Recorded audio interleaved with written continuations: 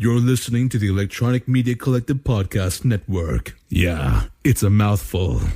For more great shows like the one you're about to enjoy, visit electronicmediacollective.com. And now, our feature presentation.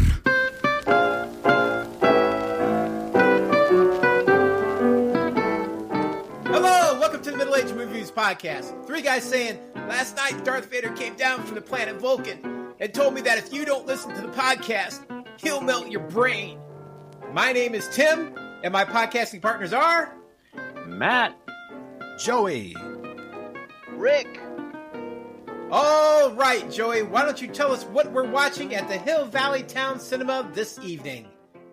Tonight we are watching the 1985 movie Back to the Future, numbered 756 from the book of 1001 Movies You Should Watch Before You Die, written by Robert Zemeckis and Bob Gale, directed by Robert Zemeckis and starring Michael J. Fox, Christopher Lloyd, and Leah Thompson.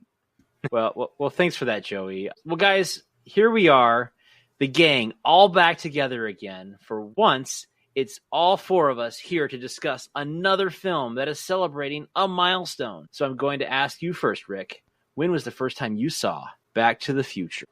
Look, I have to disappoint our listeners, especially those down under, yet again.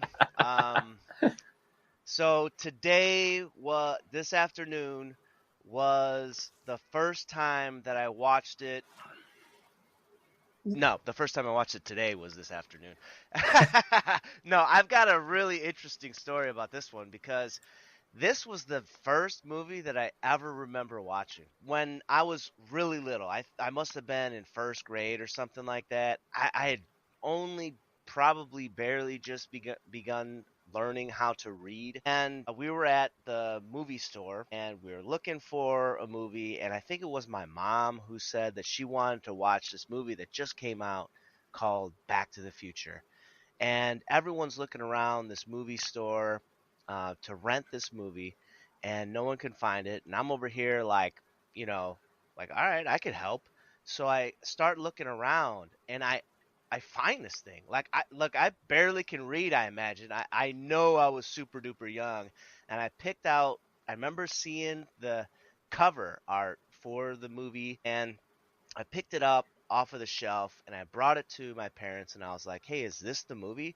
And they were like, yeah, that's the movie. And I super remember that more than any other experience I've had with movies in my history back that far. And I even remember, that movie, not in its entirety the first time I watched it, but man, I've watched this thing a bunch of times. I couldn't tell you how many times, a lot of times.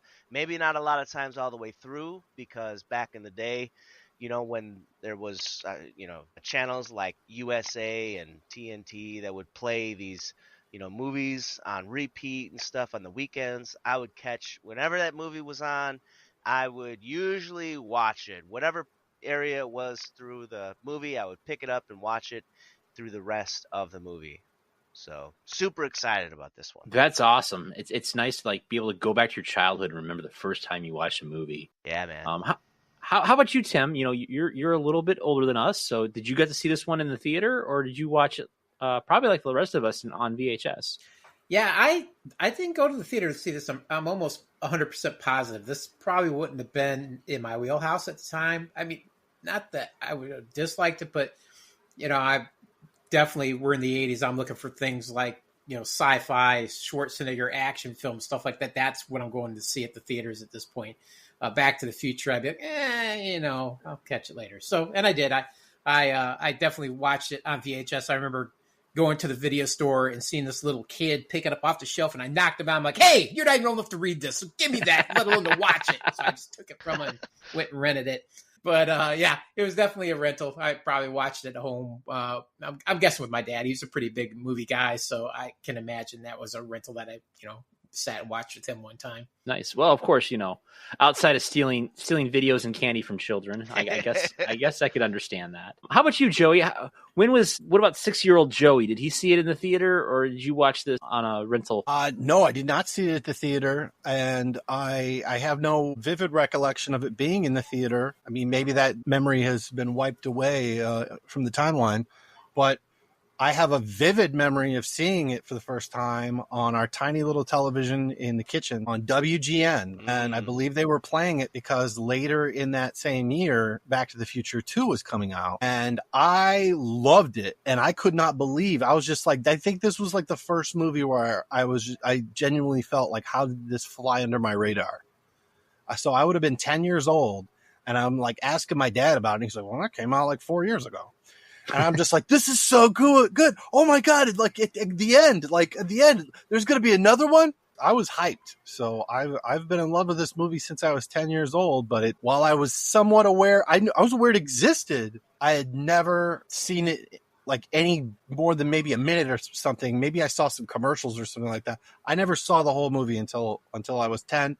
And it was probably months before November 8, 1989, when the second movie came out, which I distinctly remember seeing in the theater. So I probably saw it during the summer of Batman or the spring right before. Gotcha. I'm kind of a little bit like Rick and Tim. I saw this as a rental. When this came out, I was 7 years old. So I think I saw it when I was like around 8, which is honestly the perfect age to watch this movie. I mean, it is a family-friendly movie that I enjoyed. I've watched this so many times in my life. I've owned it in multiple formats. I've owned it on VHS. I've owned it on DVD and now Blu-ray. And I remember as a kid renting it at the local video store, watching it with my family on the old VHS tape player, where the tape actually went into the top and you had to push it down.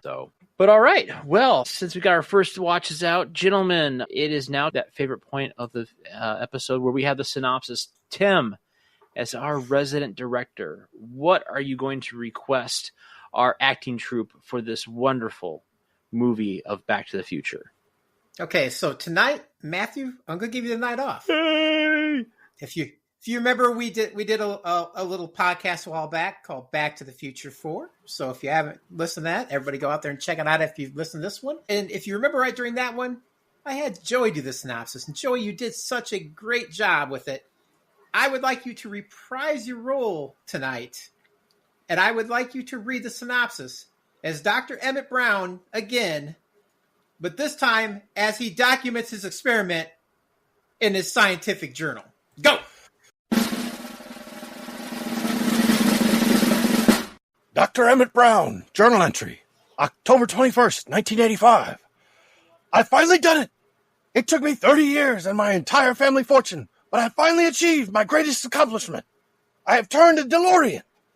That's a car, by the way, into the world's first time machine. I tested it tonight with the help of my assistant, Marty McFly. After fueling it with some plutonium that I liberated from a Libyan terrorist group, I successfully sent my dog, Einstein, Einie, 1 minute into the future. But soon after he returned, the Libyans found us, hell-bent on revenge. I remember being shot and watching Marty escape in my time machine. Great Scott! I think I died. But here in the darkness, feeling strange memories coming back to me, as if they're new. Marty's traveled back to 1955 and he's stuck. He's altered the timeline by interacting with his parents. Now his very existence is in jeopardy, and only my younger self can help him fix the timeline and send him back to the future. Nicely done. Nicely done. Nice. Yeah, it was good, man. It sounds like we're in the presence of Christopher Lloyd right here. All right, so the year is 1985. Teenager Marty McFly lives in Hill Valley, California, with his depressed alcoholic mother, Lorraine, his older siblings who are professional and social failures, and his meek father, George, who is bullied by his supervisor, Biff Tannen. After Marty's band fails a music audition, he confides in his girlfriend, Jennifer Parker, that he fears becoming like his parents despite his own ambitions. And of course, we get a very cool introduction to the character. We get this really cool opening sequence where we see nothing but clocks. And I don't know if you guys picked up on it, but there was some foreshadowing in the clock sequence at the beginning of the film. Did anybody notice the Buster Keaton hanging from a clock hand? Yeah, definitely. I mean, there's a couple of them in there. I mean, there's actually. Did you pick up any others besides that one? I know there's a few foreshadows later on in the movie, but I can't think of anything off the opening sequence. And this is probably really loosely based, but if you notice when Leah Thompson's name comes up, when they're doing the beginning credits, it's right when the clock with the boozer. Because, her character is very unhappy, so she's a drinker, and it's kind of showing that. Nice. So I noticed that. We kind of get a little bit of the foreshadowing, too, with, of course, the plutonium showing up. That's another one. Yeah.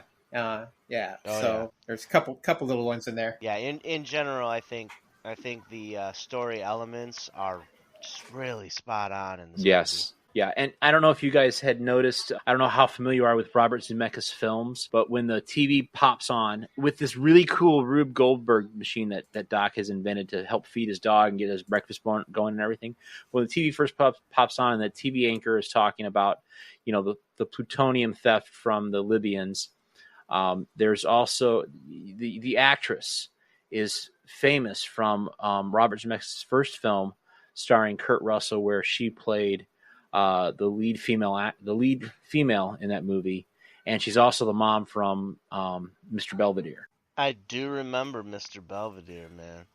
What's that?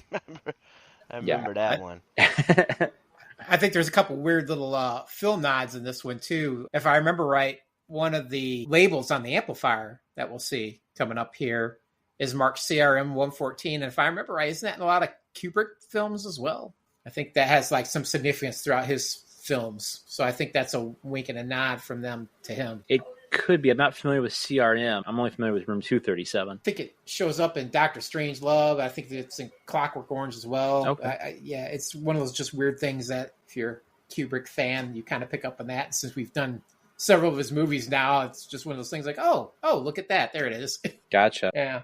I kind of wish that we had a Kubrick aficionado here to kind of help us with the Kubrick thing. Yeah. Unfortunately, if we just can't seem to find them anywhere in time. Yeah, I know. I have to go back to the future, I guess, to find that. Nice. I'll give you a clap for that, Rick. All right.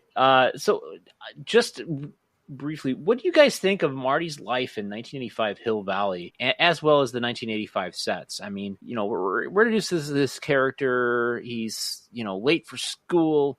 He's got this cool skateboard trick where he like rides on the back of trucks and Jeeps. My dad lectured me saying, "Don't you ever fucking do that.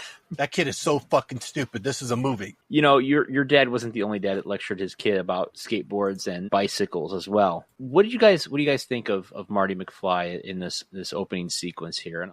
Pretty spot on for the 80s. I mean, the dress is right. The town looks correct. That's what kids are into. I mean, it's rock and roll, skateboarding. How can you go wrong? I mean, it's, like every kid wanted to be a rock star at some point. Skateboarding was, coming back into fashion again, kind of was big in the 70s, went out, now it's back in the 80s. And of course, now we're amping it up into extreme skateboarding and stuff. So, and I think even Michael J. Fox said it wasn't a big stretch for him. Like he's like, this was my life in high school. This is what I did. So he actually did know how to ride a skateboard. I mean, fairly proficiently and things like that. He was very interested in rock and roll music and stuff. And it's just, even the whole amp thing. I mean, being a guitar player myself, especially back in the 80s and stuff, man, if I walked into somebody's house and I seen that amp, I would have done the exact same thing. Just push all those knobs all the way to 10, get that guitar ready to go and let it rip, man. It's just awesome. I mean, I can't imagine what that would be like to just, even if you, again, like him, only got just the one power cord off before it flies you across the room. It would be totally worth it. It just would be awesome. He should have answered the phone being like, "Wait, what? What?"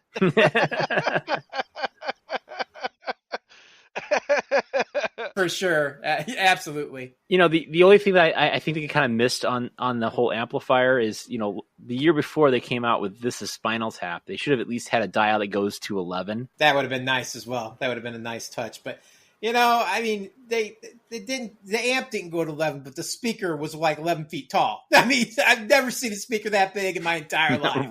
Right. Super exciting to see something that large. You just imagine what it would take to push something like that. Plutonium. yeah. That's why it was positioned where it was. Close enough to power that amp. The only thing that made it even funnier is he's got this giant amp and he's got like kind of a travel guitar that he's playing on. It's like a half-size guitar. So it was so ridiculous in scale. You know, it made the amp's huge, the guitar's small. Yeah. Well, what about you, Rick? What did you think of the introduction of Marty McFly? Yeah, I agree with a lot Tim said. I mean, the jean jacket, that was awesome. It's super cool seeing his like little moves that he's got. I mean, I do not believe anywhere else I saw anyone riding around a skateboard and like grabbing on bumpers and tailgates and things like that. Obviously, as a kid, I was like, "Oh, that's cool! Like that'd be like really good way to get around town." But also a really good way to probably get yourself run over. You hit one rock, you're done, man. I can't tell you how many times I was skateboarding. You hit a rock and you're just eating asphalt. I can't imagine what it'd be like to do it at 35 miles per hour. Exactly. And you know what though? As a kid, I was pretty darn proficient in bicycle. You know what I'm saying? I used to ride my bike everywhere, man. But you know those were the days, though. You know what I'm saying? Everyone was riding bikes and. Skateboard, but bike was just so much easier and better than anything. But back to the movie, though, man. Yeah, it was super cool. The soundtrack, Huey Lewis and the News. Dang, man, some real good songs. Was it two songs primarily from Huey Lewis and the News? Yeah, Back in Time. Back in Time and Power of Love. You know, it's a shame. It's a shame that Huey Lewis never really got really super popular, and that he just kind of fell off the face of the. No, just kidding. Yeah. Nobody's ever heard of that sports album that he did at all. It just fell apart. Yeah, so that was super duper duper cool. I mean, he's the embodiment of cool. You know what I'm saying? Marty McFly, and I also liked when it opened up. The first things you see is like all these clocks, and the title is Back to the Future. So. I thought that was kind of cool way to open it, you know. But yeah, I mean, this cool. That's the best word I think for everything that we're seeing here in the very beginning. And a lot of the stuff that we're seeing, like you had mentioned, a lot of stuff we see in the first probably 10 minutes is super relevant clips of what's going to happen in the future. It's not like things happen down the road in this movie where there's no explanation. It just is. It's like everything has an explanation. Everything is there's a point to every second pretty much. There is a point of why it's in the movie and how it relates to somewhere else in the movie, so it all makes sense. So really, really good opening. Now I have to ask you guys, since we're kind of pointing out all the little Easter eggs and stuff. Did you catch the Huey Lewis cameo? You're just too darn loud. Yes, I did. Yeah. He's the guy doing the auditions. I did not check out, man. I can't believe I missed that. Yeah. He was the one who said that. I got it. Wasn't there a famous 80s album cover where like Huey Lewis is talking to a megaphone? Oh no, I'm thinking of Bryan Adams. I'm sorry. You're such an 80s nerd. Well, how about you then, Joey? What did you think of Marty McFly? Yeah, he seemed a little too cool for school. Like, literally, he's late, and he's running into Strickland. You get our first lecture from Strickland about being a slacker, just like your old man. A lot of foreshadowing, a lot of build-up, a lot of setups that are going to pay off later. I don't know. Like, it was a little too cool. You know, I didn't live in a town where, like, you drove by and saw pretty ladies in leotards, you know, doing aerobics. Let alone would they wave at you. So, yeah, Marty seemed like he was the coolest guy in school, but yet his band's too loud. So there's some inconsistencies there. I mean, I don't think anybody thought of Michael J. Fox as other than like a snotty, you know, overachiever Republican. from Family Ties, you know, a lover of Ronald Reagan. And now all of a sudden he's this skateboarding, like, you know, Bart Simpson before Bart Simpson. Well, technically, yeah, he would have been, yeah, even before the Tracy Ullman show. Yeah. But he's skateboarding like nobody's business. Eat my shorts, man. Marty was definitely the complete opposite of Alex P. Keaton from Family Ties. And honestly, that's kind of what got me into watching this movie when I was a kid, was because I liked Family Ties as a kid growing up. I still love Family Ties. And, you know, seeing him in this movie as the cool kid, you know, I idolized Marty McFly growing up. He was the kid I wanted to be. You know, I lived in a very, very small town. I wanted to ride my skateboard all over the place after seeing this movie. I never really grabbed the back of a truck or a Jeep because I knew that as soon as I hit a rock, my ass would be flying all over the place. Well, that's because you, like us, all lived in the country. So there was again, too many rocks. So we weren't doing skateboarding off the back of a truck. We were doing, like, you know, snow inner tubes in the winter off the back of the truck. Right. Our stupidity just came in another form. Yeah. But I have to ask, though, did you guys, when you see Marty with the rest of his family, is your first thought he must be adopted? Like, the contrast between him and the rest of that family, that's the only part that seems a little off kilter. It's like, I don't know how that kid comes from that family. Well, he is the baby, obviously, of the family, and usually the baby of the family is, like, different, you know? They're usually different. Yeah. Not that type of different, but they are different. Yeah, I wouldn't say, like, neglected. More like treated like a redheaded stepchild. I'm not taking any offense, but I just figured out that I'm on the wrong microphone. Yeah. I do have to agree with you. And even Doc Brown points out that, you know, he even asked Marty, were you adopted when they were at Hill Valley in 1955? But, you know, yeah, it does seem weird in the whole dynamic that Marty is kind of cooler than the rest of his family. One other point I wanted to make in this is that Marty is accused by the principal for being a slacker. I don't think Marty gives off anything that shows that he's a slacker. Yeah, he's the cool kid. He's still going to school. You know, you gotta get the impression that that might not be true. I think it's just Strickland's way of, you know, bullying kids. I think it's paying for the sins of the father. He didn't like the father, so he now, you know, puts that onto Marty as well. I think he's trying to measure up whether or not he's going to be anything, make a real name for himself after high school. And the other thing, I don't know if you caught this, but when he was disciplining the two of them, he looked at Jennifer and he was like super duper easy on her. Right. And then looked at Marty and he was like, "You piece of shit." Yeah, for sure. So, yeah. Well, do you think Strickland knows that Marty's dating out of his league then? Maybe. That's I mean, we are all talking about 1980s Claudia Wells. He was probably standing on an apple box every time, you know, he had to, like, look her in the eye. Michael J. Fox is a little guy.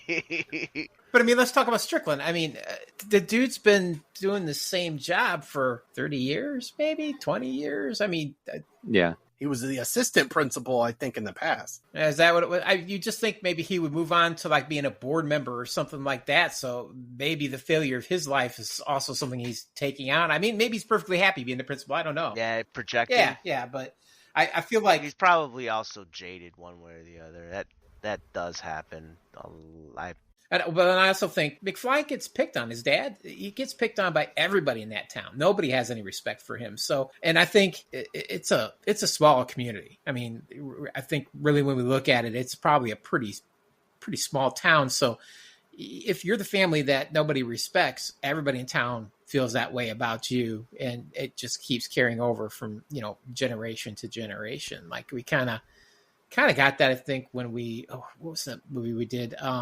With the court case in it, Matthew. To Kill a Mockingbird. Kill the Mockingbird, thank you. Oh, yeah, with Ashes. Where remember that family's like, he ain't got no money. And the teacher's like, what do you mean? Because she's new to town. He's like, everybody knows that they don't have any money and they're the poor people in town. You know, they had that and that stigma carries over to each of the family members. You know, it doesn't matter whether it's the father or the 5-year-old kid.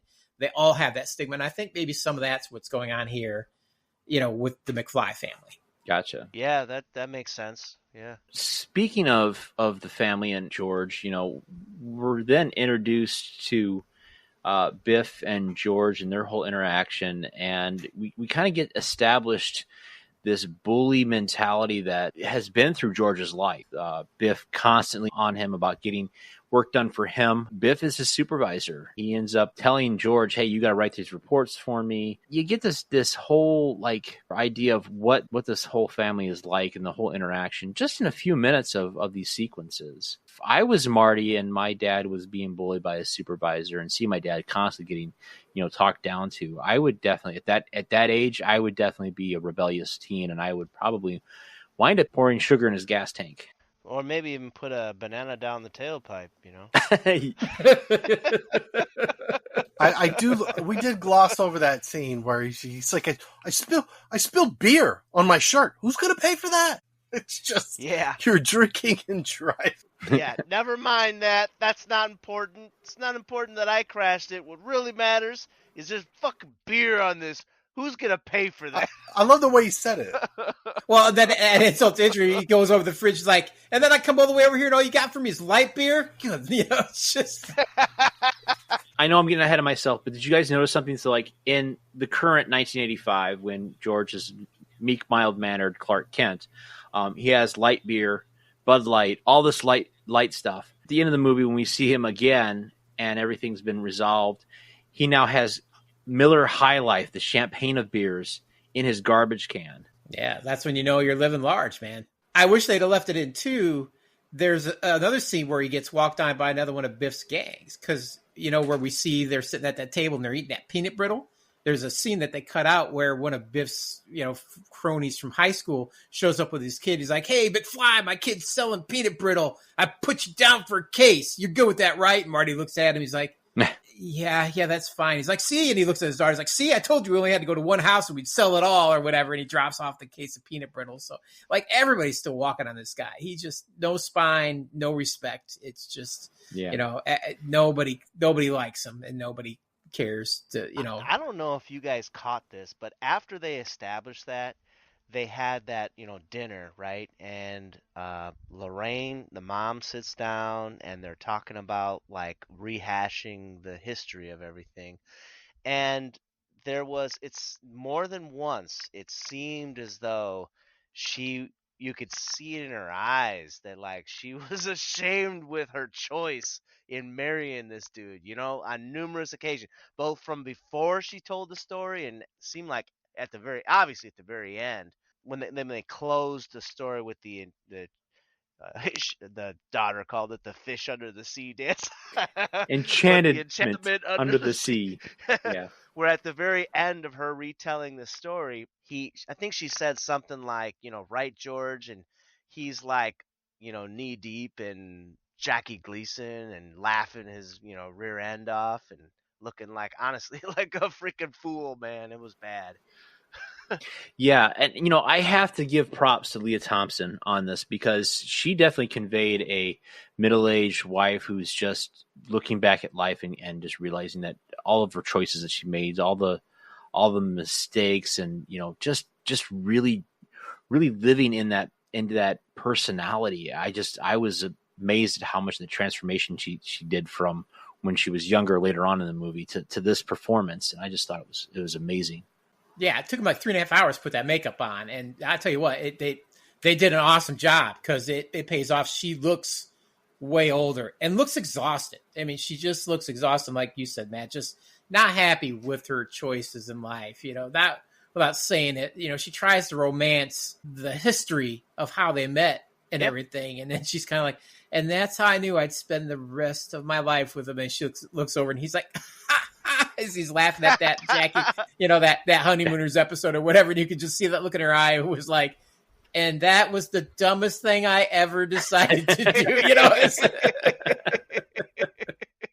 Yeah, you know what? If you look at a more current picture of her and compare it to what the makeup was done for, 1985 Back to the Future, it actually looks pretty darn close.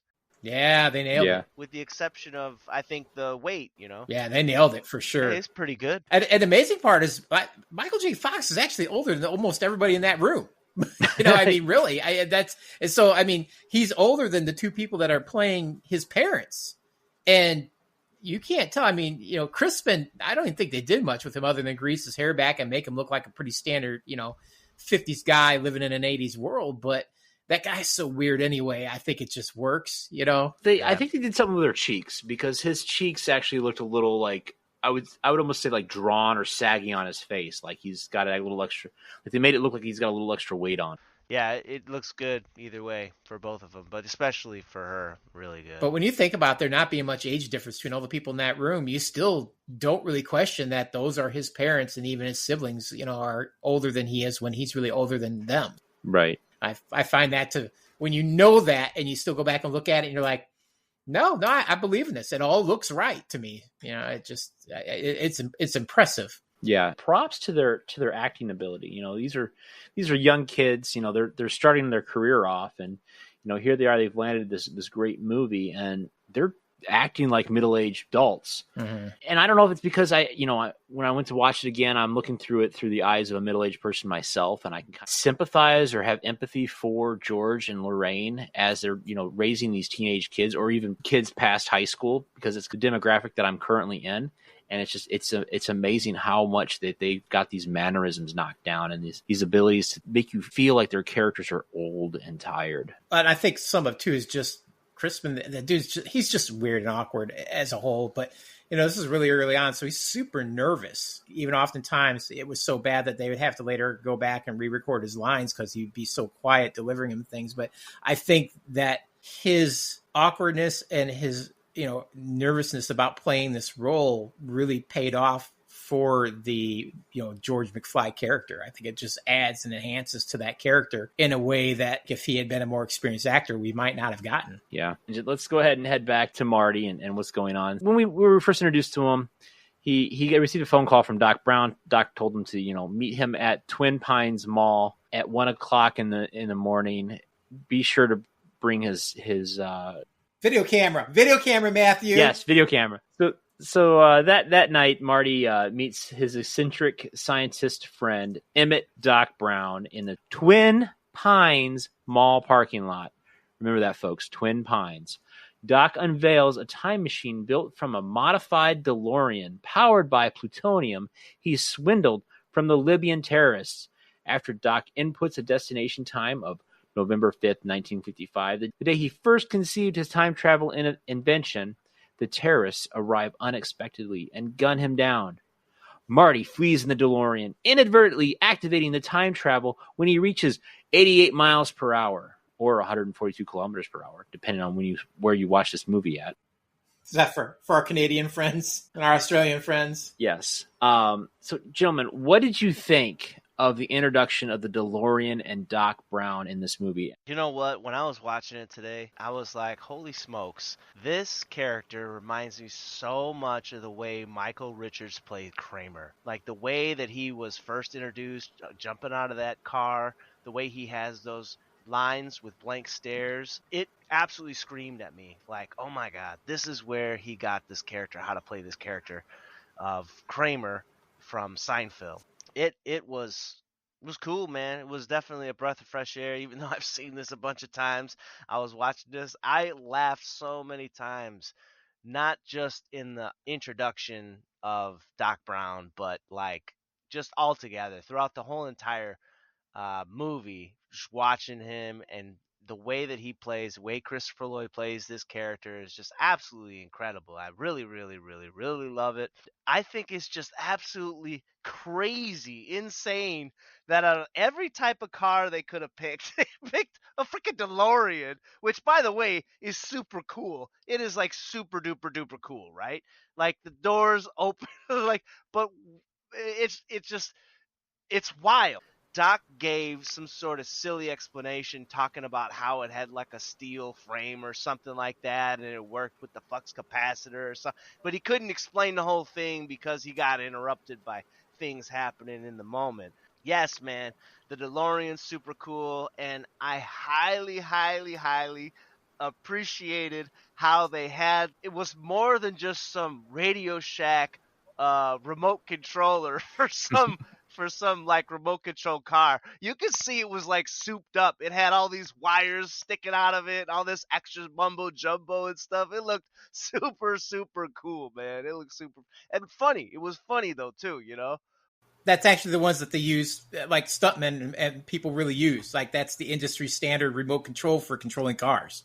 Yeah. So that's really where that came from. So that's probably a legit piece of equipment that was available back in 1985 to control cars the way they do.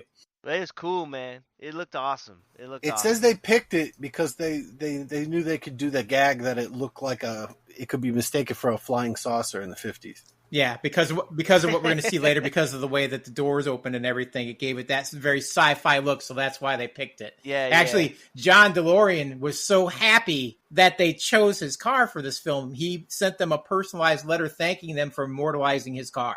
He was thrilled. And I also have to, the last thing I got to add is, for a movie that seemed like it was so, up to this point, pretty kid-friendly, it was really interesting when Doc Brown looks over at Marty and he's like, "You're going to see some serious shit." Yeah. I laughed my ass off today when I was listening to that line. It was great. That is by far my favorite line in the movie because it's the first time anyone in the movie drops a curse word, and the way that he delivers it, it's so kind of cool and deadpan. And I always look forward to hearing that line. That when I watch it on like broadcast television and I didn't hear that, I'm like, wait a minute, that's not right. The half of charm of Christopher Lloyd's portrayal is his ability to not only like just acting as a whole, but he uses his face to great effect. Like just the looks and the side glances and the way that he contorts his face. And then he'll look at Michael J. Fox, and Michael J. Fox, for again, being the kid for Family Ties, has those same comedic chops. He's able to just basically complements whatever, Christopher Lloyd is doing. Like Marty's big thing's putting the hand behind his neck when he's asking a question, like in disbelief and stuff. Yeah. You got Christopher Lloyd who's kind of like popping his eyes out a little bit and giving those looks. And he'll even almost briefly break the fourth wall. He'll kind of look at the camera and stuff for just a split second. And he's kind of talking to the camera and things like that. And he over exaggerates some of the movements and stuff. But I don't think that it's the Kramer character because, actually Kramer comes out after the fact. I think the Kramer character is built off the Doc Brown character, which Christopher Lloyd somewhat built it off of his Jim Ignatowski character from Taxi. Yeah. I think take Jim Ignatowski, now make him really smart and eccentric like he was in Taxi. And now you've got Doc Brown. I really think that that's what it is. So, even though he says that he kind of based the character, roughly off of Albert Einstein, and there was a composer that he used too, Leopold Stokowski, which I'm not super familiar with, but I think he was like the Philharmonic or something like that. He was known, but he's very eccentric. So he used those two guys as the basis for the character. But he did the same kind of looks a lot of times in Taxi. Like, okay, boss, he have that look, and he shrugs some weird, exaggerated things. So it just lent to this character so nicely. Oh, yes. Yeah, I totally agree. A lot of Doc Brown has to come from Jim. I can only see Christopher Lloyd playing Doc Brown, and the way that Christopher Lloyd just kind of gets absorbed into the character. Because he plays Uncle Fester in the Addams Family and is a completely different character than Doc Brown, but yet he manages to like evolve or ingrain into that character that you forget that it's Christopher Lloyd. It's amazing. I think there's only one other person that might have pulled it off because there's quite a few people that auditioned for that role, and the first person they actually offered to, because Christopher Lloyd was their second one, I think probably would have done just as well, which was John Lithgow. Okay. He was their first choice. And I can see John Lithgow probably pulling it off. It wouldn't be the same, but I can see it still being eccentric in that, based on his Third Rock from the Sun character, I can see that working as well. But still Christopher Lloyd, now you see him, you can't think of anybody else. Well, how about you, Joe? You've been kind of quiet. What's your take on Christopher Lloyd and Doc Brown? I think he's memorable in every role he's ever had. This is the picture they're gonna run when he passes away. Eddie Murphy jokes that they're gonna show that CGI picture of a donkey in his obituary. But for Christopher Lloyd, it's going to be Back to the Future. Like you said, there's one other actor who could have pulled off Doc Brown, but it wouldn't have been the same. So I think Christopher Lloyd is always going to be remembered as Doc Brown. Yeah. I totally agree with you. I think I'm not looking forward to the day when Christopher Lloyd passes, but yeah, I think when he does die, they're going to have so much Doc Brown stuff available, and everything will be about Doc Brown. Much like as we record now, Hulk Hogan had just passed away, and everything that I see has been either him ripping his shirt off of WrestleMania or him in Rocky 3, was it? Thunder Lips, yeah. Yep.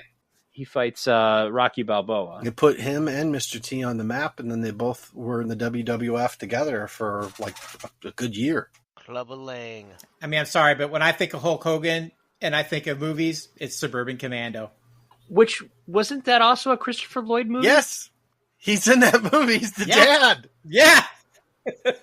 There you go. Full circle, man. Yeah. Wow, man. Matthew, are you drinking a light beer? Are you drinking a light? Yes, I am drinking a light beer. This episode of Back to the Future is brought to you by George McFly and Miller Lite. If we can only get some more subscribers, eventually we may be able to get monetized, and then you too can drink the champagne of beers, Matthew. Yes. So please subscribe if you're enjoying our review of Back to the Future up to this point. Help Matthew get better beer. So Doc manages to trick the Libyans into building them a quote atomic bomb, when really all he does is he builds hits a bomb casing, fills it with pinball parts, and then steals the plutonium so he can make his DeLorean. And I thought it was a neat little foreshadowing at the beginning of the movie when they talk about the plutonium being stolen on the news reports. Libyans show up in a Volkswagen bus, and Doc has to stop talking about the DeLorean and the time travel, and he gets gunned down. And I'm like, man, that's kind of cold. That's almost like, seeing Bambi's mom die at the beginning of the movie. It was upsetting to me as a kid. Like, there was no gore, but when he screamed and fell over, like, yeah, I kind of freaked out a little bit. I don't think I did, man. I think I'm kind of like with Tim. Our family was watching action films, so it was just another dead movie character. I wasn't expecting to see a main character get shot, though. It wasn't an Arnold Schwarzenegger movie. It wasn't Commando. I mean, it wasn't Game of Thrones, though. No. You know what I'm saying? But I think it's more upsetting now because we're really vested into the character. He's become a beloved character. At that point, we had just met him. I mean, Right. Our introduction, we've seen him, what, is he 2-3 minutes worth of screen time now? I mean, we see that truck open, all that smoke comes out, which they never do explain. Like, all this smoke comes billowing out of the back of that truck for no apparent reason. And then he rolls out that car, opens up doors, smoke billowing out of the car. We never see that twice. I would like to know why. I mean, maybe Doc Brown is the way he is because he's in there just, puff, puff, and passing. David Einstein, puff, puff, and pass, puppy. So I don't know. But, maybe there was like a Cheech and Chong tie-in that they had to cut out. I don't know. But, I always thought that was interesting. But yeah, I think it's more upsetting now because he's a beloved character. You see him get shot, you're like, oh no, not Doc. We love Doc. We don't do that to Doc, But back then, yeah, I'm with you. Action films, another guy dead. Move on with the story. Plot convenience so that he can keep moving on. One thing I do want to go back on though is, when Einstein travels through time to be pushed a minute into the future, the DeLorean is covered in a sheet of ice, and we only see that in just that one scene, and I often thought, what about when Marty travels further back in time? Why don't we see, the DeLorean covered in ice when he comes through in 1955, or when he comes back in 1985? Right, because he crashes into that what used to be a movie theater, and then it's some sort of church or something. I think that's probably why. Because actually, I don't know if you noticed, but that ice melted pretty fast. Like, the ice started melting after a matter of moments. You actually... California. Yeah. Are they supposed to be in California, though? I mean, they never really state where they're at, other than being in Twin Pines. Hill Valley. Yeah, Hill Valley, California. Is it California? Okay. Yeah. Same place as Karate Kid. Oh, no, that's All Valley. Okay. Yeah. So yeah, I mean, I guess it would melt pretty quickly, California wise. Yeah. Although at 1:30 in the morning, not so sure. Is it hot?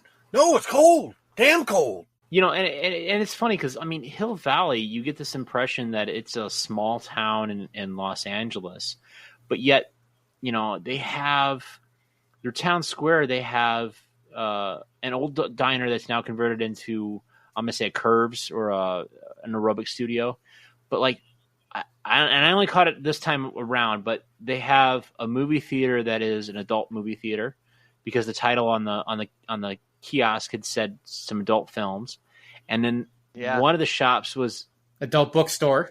And I'm like, has Hill Valley really fallen and that much destitute in the 30 years since they've been around? Well, you know what though, but I think that's more to the point when Marty travels back and he makes a comment about the school, and you could see how he was looking around at everything in the downtown area of how clean it was and stuff like that. So I think that's just more to the point of how everything turned to shit over the span of 30 years. I wonder if they did that to really reinforce the wholesomeness of the 1950s version of the town. Yeah.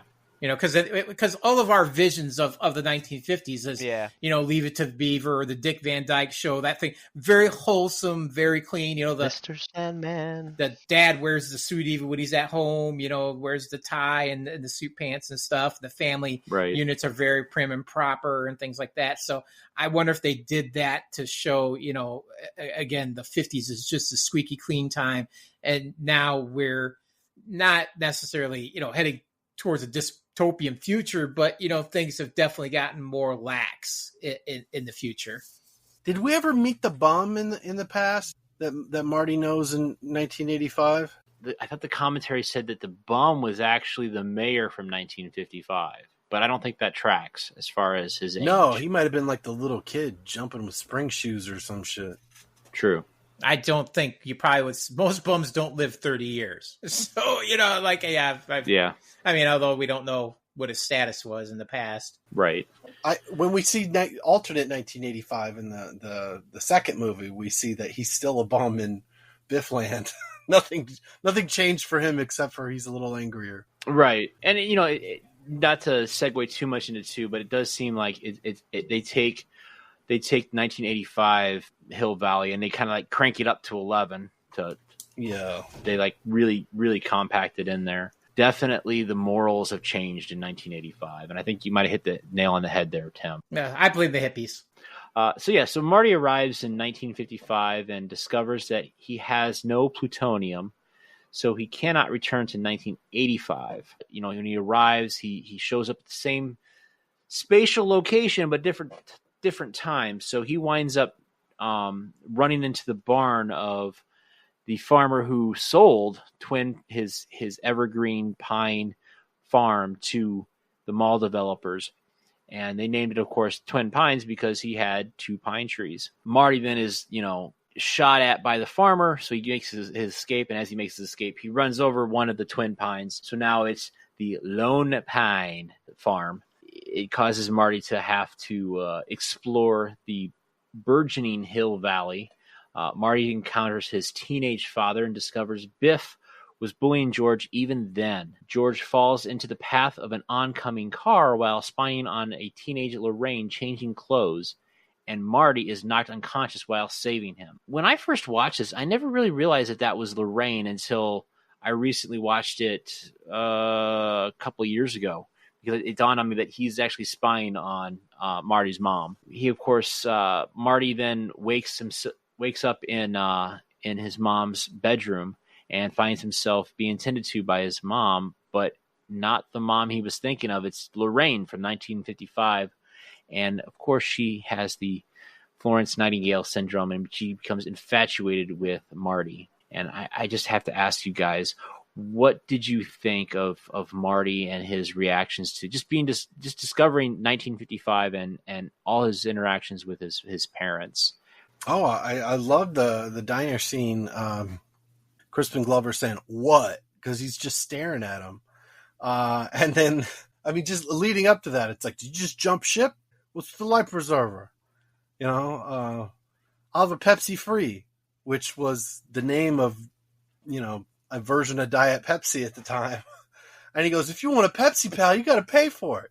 It's like, I loved the diner. I loved, oh, you're going to be mayor. Mayor! And then we're off to find, following his dad and find out he's a peeping Tom. And then it's just, the grandfather shouts into the house, one of these damn kids jumped in front of my car. And then I just remember the sound of Marty's head, like, kind of hitting the pavement and then, like, falling back. Right. I was like, ugh. Like, it still freaks me out. I was like, oh, that's not good. I think by that age, I'd already sustained a head injury at least once. So I was kind of sensitive to, you don't want to hit hard surfaces. So it was intense. And then he wakes up and we find out he's got purple underwear. That I didn't understand. Yeah. I was wearing whitey tighties until like college. Calvin Klein. I have to agree with you, Joey. His head hitting the pavement did kind of remind me a little bit of the Night of the Living Dead when Barbara's brother hits the gravestone. It sounds like a cantaloupe hitting the whatever concrete. They used, it was an upsetting sound. Yeah.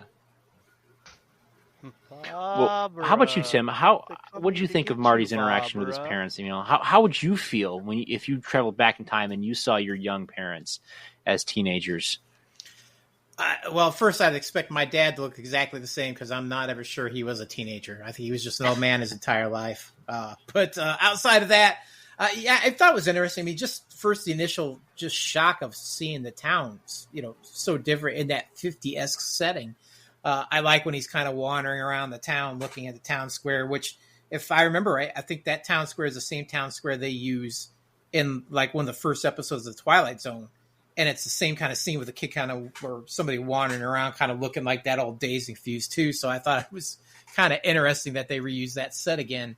It's kind of a standard one on the lot, but that's how I'd be like, what the hell? I mean, just the contrast would be just jarring, compared to what we have today to see that whole 50s setup. And then, to run into your father at the diner like that and just be like, see him getting picked on it. I think you'd be, I don't know. I mean, I guess in his case, would he really be shocked because his dad gets picked on all the time now?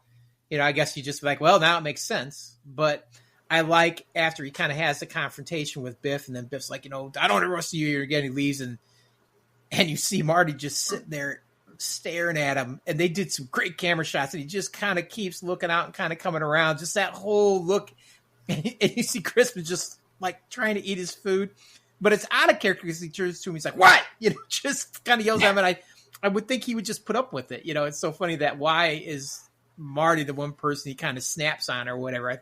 I thought that was a little out of character, but still very interesting. I mean, Michael J. Fox is just the look on his face. I think it would be how your look would be too. Just seeing your dad like that, you're just kind of staring him down, but kind of eyes wide, just in disbelief. And then I thought it was also interesting that when he follows his dad around town and they get to that tree, and he's like, oh my God, Dad's a peeping Tom. Like, you totally don't want to know that about your parents for sure, And then he falls out of the tree and he pushes him.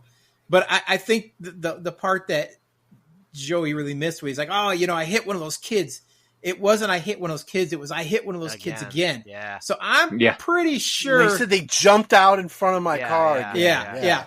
I'm pretty sure that tree got a lot of action from a lot of peeping Tom boys. Apparently that's a good tree in order to have a good visual to look at Lorraine. She might have been putting on shows. Yeah, maybe. She might have known. She obviously doesn't close her curtain. She's all about just, taking off her clothes. I mean, she probably feels secure. I'm on the second floor. Who can see me? But, that tree lines up. It's got a nice, kind of incline on it in order for you to like lay real nicely on it and, see the full show go on. So, I'm pretty sure that tree got a lot of use because apparently he hits a lot of a lot of boys getting overly excited and falling out of that tree. But and then the whole idea that they bring him in and then he somehow ends up in his mother's room.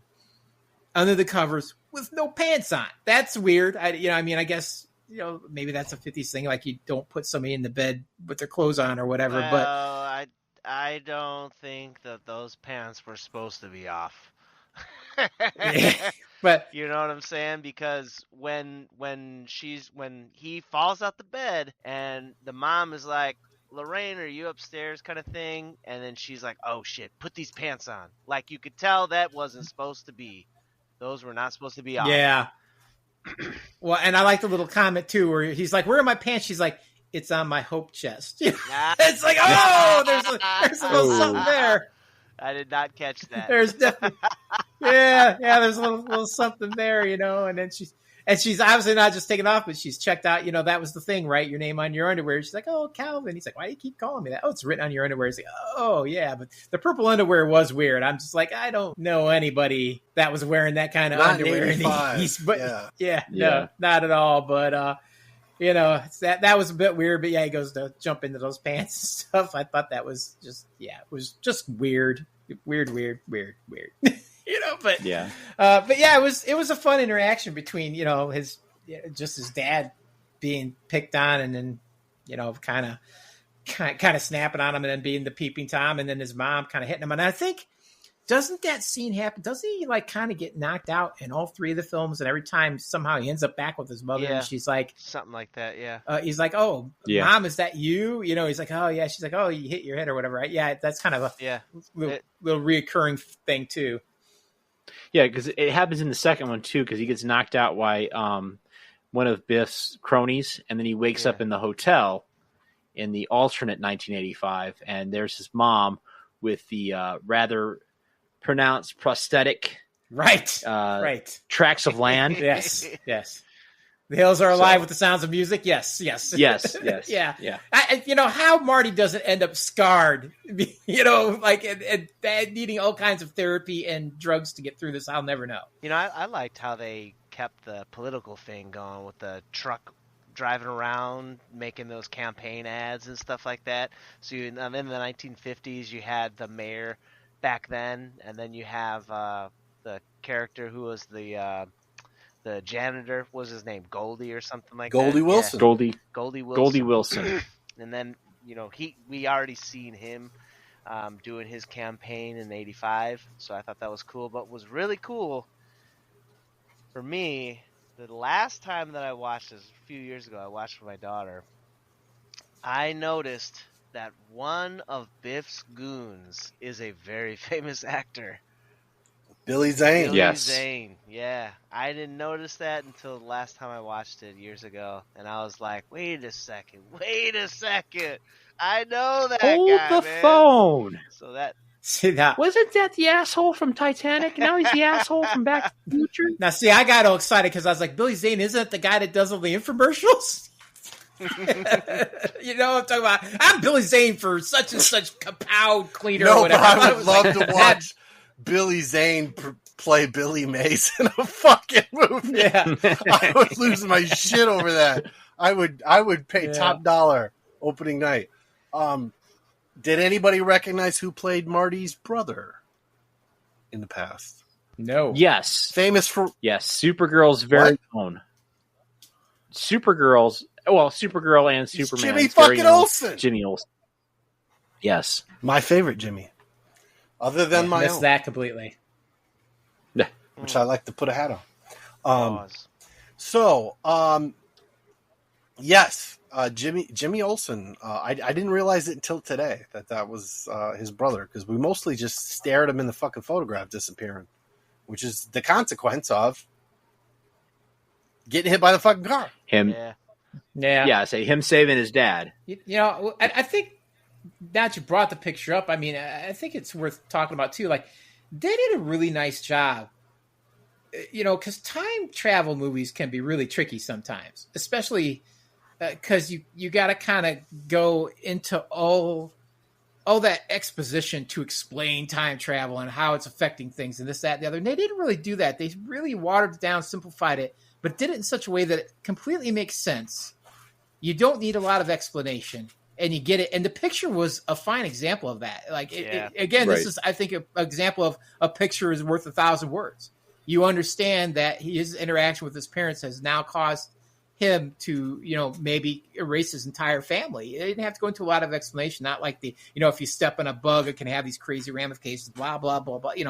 We get to physically see it within a picture, So I thought they just did a really nice, elegant job of dealing with the time travel without having to go into great lengths of explanation or to get the audience on board or understand how it's working. So I really applaud them for that. It's nice, it's clean, it's easy, and it's fun. Yeah, I think a lot of that is attributed to them making sure that every scene was meaningful. It had a point to it.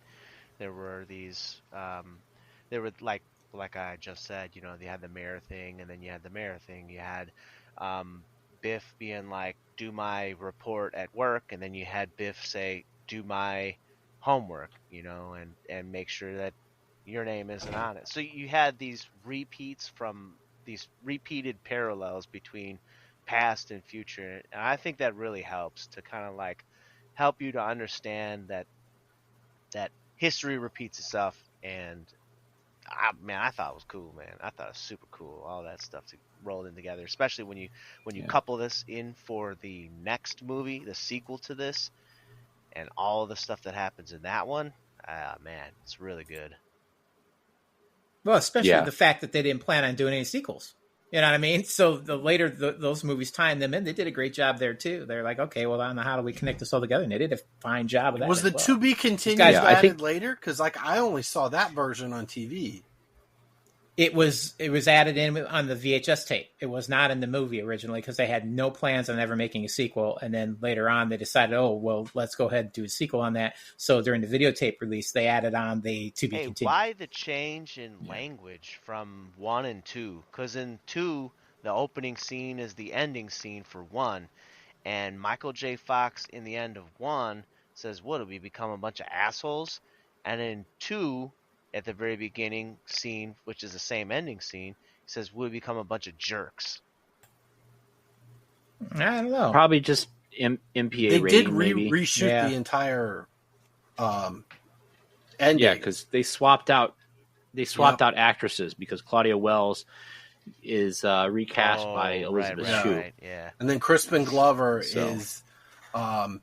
they had somebody completely different play him, and they just gave him old man makeup in the future to look kind of crispy. Even in the past, that's something I look forward to, like watching on 4K and seeing like, okay, can I recognize the other actor playing Crispin Glover in the 50s in any shots that aren't reused material? Well, that ends up getting them sued too because they didn't have permission. So Crispin ended up getting a nice little settlement out of that deal because he's like, you did not have my permission to use my likeness since we parted ways.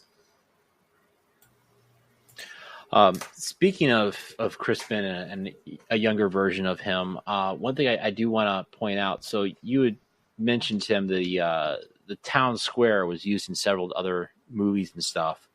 Did you know that it was originally coined as the Mockingbird Square due to the fact that it was used in To Kill a Mockingbird? And did you recognize it as the same courthouse? I couldn't even remember the name of the movie, let alone that, Matthew. But see, I somehow subconsciously tied that all together. There you go. Okay, I'll give you that. I had another point on Crispin, but you know what? I lost it, so that's two. I'm just going to keep moving forward. Drink for me, okay? All right. All right, so Marty tracks down and convinces a younger Doc. Oh, that's it. See, can I take that drink back? All right, cool. So I wanted to comment on you guys talking about the exposition and on time travel and everything. And I got to hand it to Robert Zemeckis and Bob Gale because they not only did they do the whole circular thing where time repeats itself and you see the same scenes over and over, but at different variations to it. They did a great job of just entwining the exposition of Doc Brown, telling Marty about time travel and the ramifications and all this stuff, just in the conversation. So it's definitely like you said, Tim, with the whole picture, it's showing it, not telling it, and I think they did a great job with that. And I think that's what helps make the story feel so timeless, is that they were hitting all the right beats.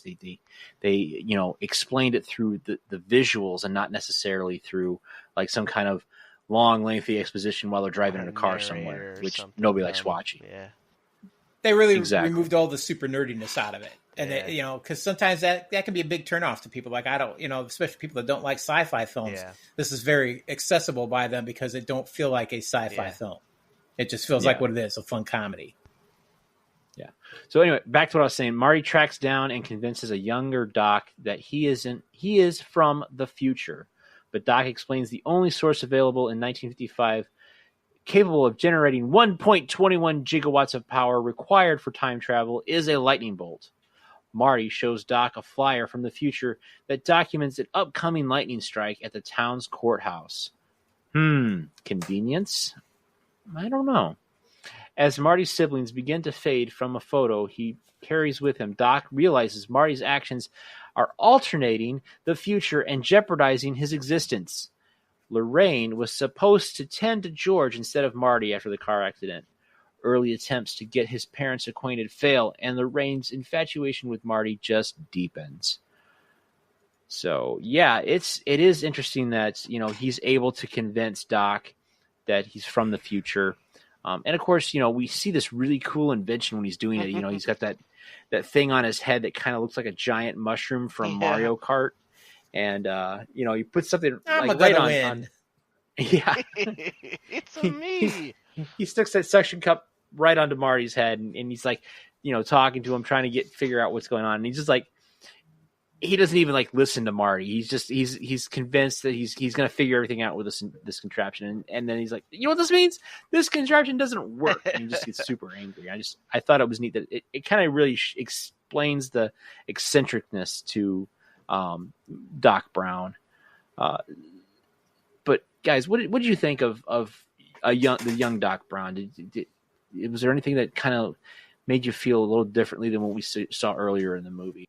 Well, I mean, there was a couple lines that he said. I don't know if I noticed anything really that different, but there were a couple lines that he said that were just so freaking funny, man. Like the one where he was talking about.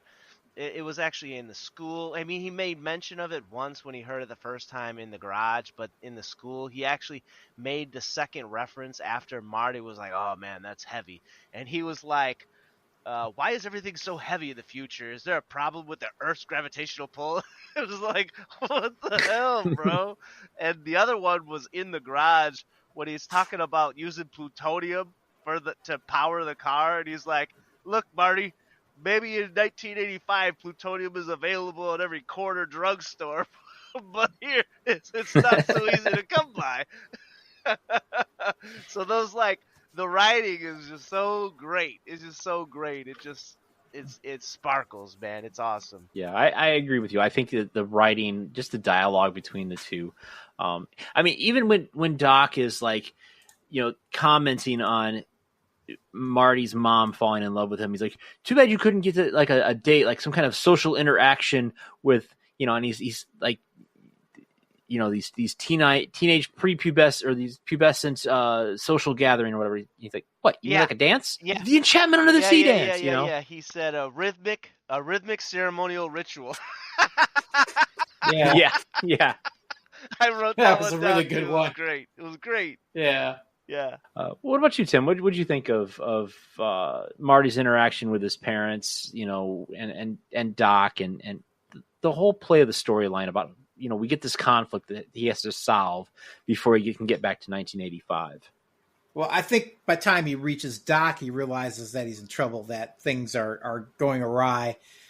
But then he's got to convince Doc who he is. And I like how he kind of knocks on the door, and Doc's like, don't say a word, come in here. And he puts the stuff on him, so he's already, we see the eccentricness that we see in 1985 still exists, with an early Doc. So this guy hasn't changed much. This is who he is, very consistent. So I enjoyed that. But I like how Marty explains to him who he is. He's like, oh yeah, right. And who's the president? And he's like, oh, Ronald Reagan. He's like, the actor. Oh, give me a break. And, who's the first lady? Jane Wyman, talking about his first, his Ronald Reagan's first wife and stuff, and starts bringing up other actors in different positions and stuff. And so I thought it was really funny. The payoff for that was awesome when he shows him the video recorder. And he's like, no wonder why your president is an actor.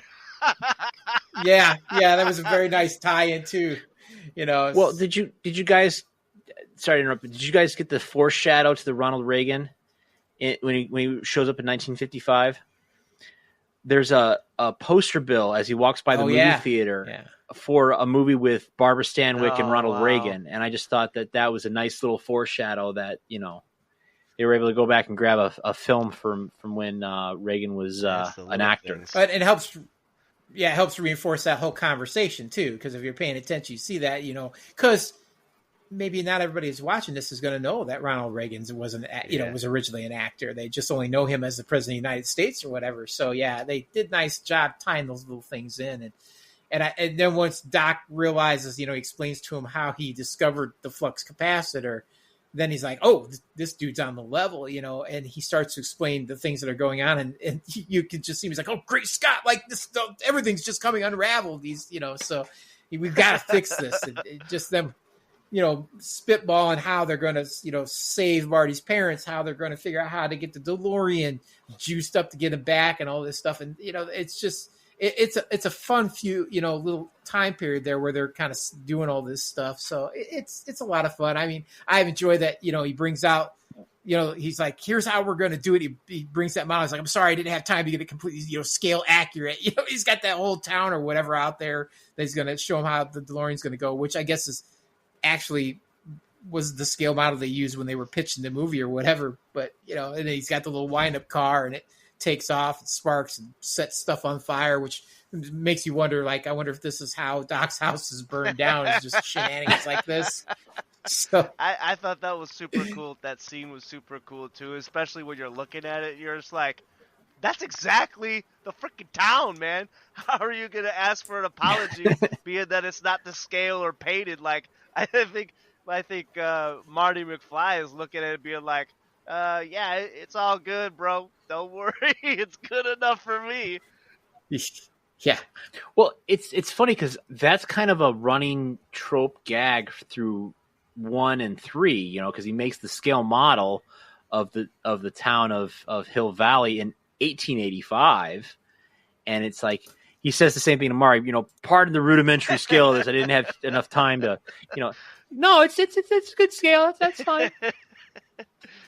It kind of makes sense too if he's like a legit, trying to be a legit scientist and stuff. And, everything's got to be measured perfectly and all that, but it's still funny as hell. Yeah.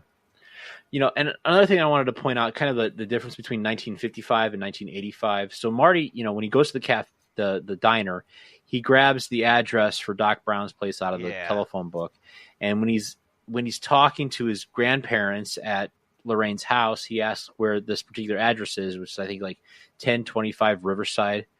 And he goes, and he's talking to him, and they said, well, Maple is, after Riverside's right after Maple. And he's like, oh, no, it's John F. Kennedy Drive Avenue.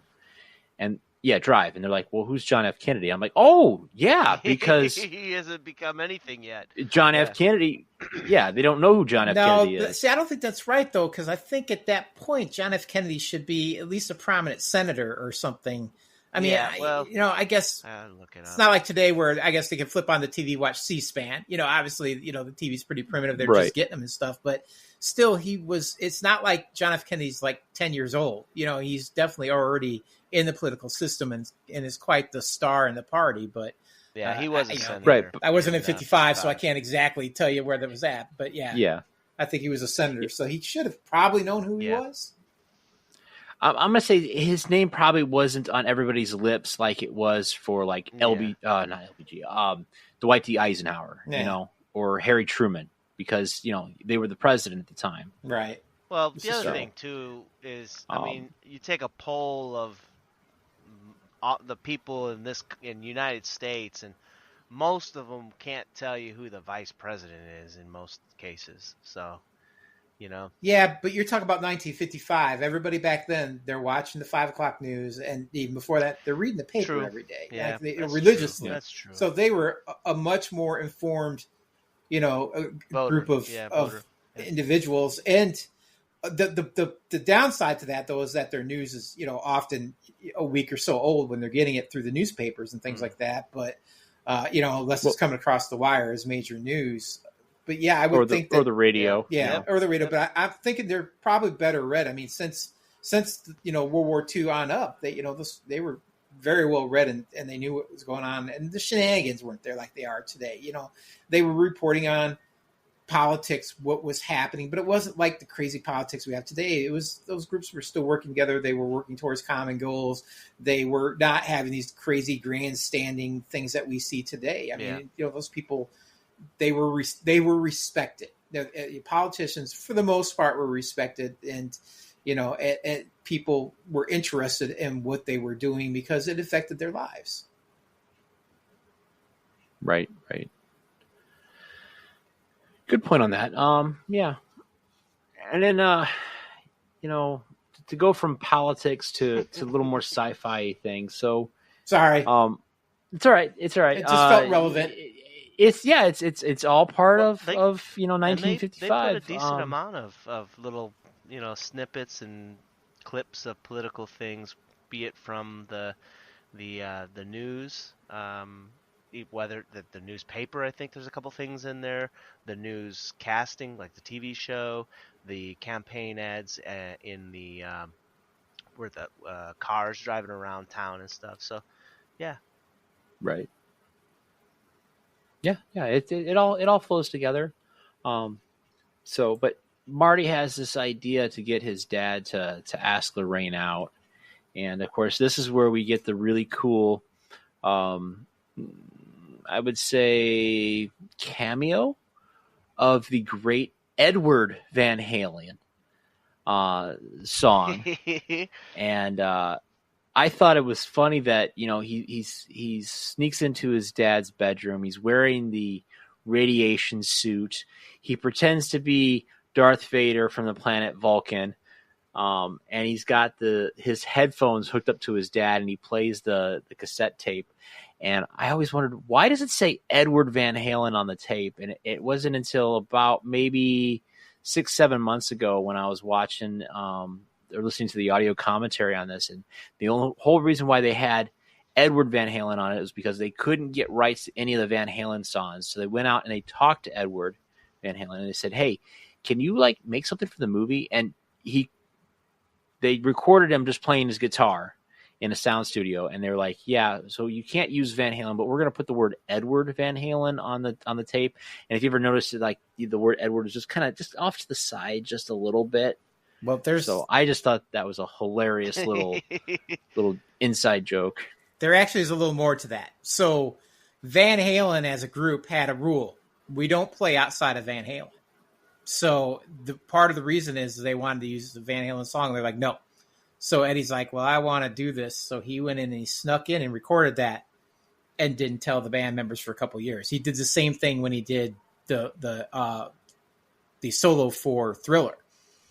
They didn't know it was him until he had to come in and do the video, and then he had to fess up because they wanted him to come in and do that video, and he went in and did his little thing. But yeah, so he recorded that in secret too. So Eddie would do things outside of it, and his brother Alex would be furious because he's like, look, we don't do Van Halen outside of Van Halen. So that's where that stems from as well. But now I have a question for you, Matt. So we see in two places sci-fi books, and one of them is a comic book. So is the comic book that we see, is that a legit comic from back then? Because it looks a lot like the ones from the same people. I think it was an EC or something Comics. Like Tales from the Crypt. They made it look like an EC Comics sci-fi comic book cover, but clearly it was made for the movie. Yeah. They made up the title sci-fi fantasy because they were trying to rip off the class, like Joey said, EC. They were trying to get the weird science and the can't think. There was another one that they made. Weird fantasy, wasn't it? Weird, yes. So they were trying to go with that, but not blatantly make it an EC comic. NECA recently released, or not so recently released, an action figure of Marty McFly in the hazmat suit, the radiation suit, and that's the cover is the fake comic book. So like you open it up and then you see the figure. I do also like when he's wearing that spacesuit and he's talking to him. He pulls the hairdryer out. He goes to turn it on, and it's just cherry red. I don't know any hairdryer that's coming out cherry red like that, but I thought that was a nice little touch too. Yeah, it was definitely a fun little throwback, and I thought it was rather neat that they picked the DeLorean, and like you said, on the cover of that sci-fi fantasy comic book, the spaceship looked very much like the front end of the DeLorean. That was kind of a neat little wink and nod. It's just another one of those like perfect tie-ins that they do. It's just such a well thought out movie, and every little detail that they did just helps build and reinforce the movie as a whole. Yeah. So of course, he convinces George that he needs to talk to Lorraine, and George the next morning finds Marty and tells him everything. And he's like, Darth Vader's going to melt my brain if I don't talk to Lorraine. And then we get this really cool interaction in the diner. And that's where, Biff steps in, and Marty basically becomes a hero here, just kind of save his dad. And unfortunately has an adverse reaction with what he's trying to achieve with George and Lorraine. But what did you guys think of the interaction between Marty and Biff and the whole heroic moment? I'll go over you first, Joey. I mean, what did you think of that? We're not at the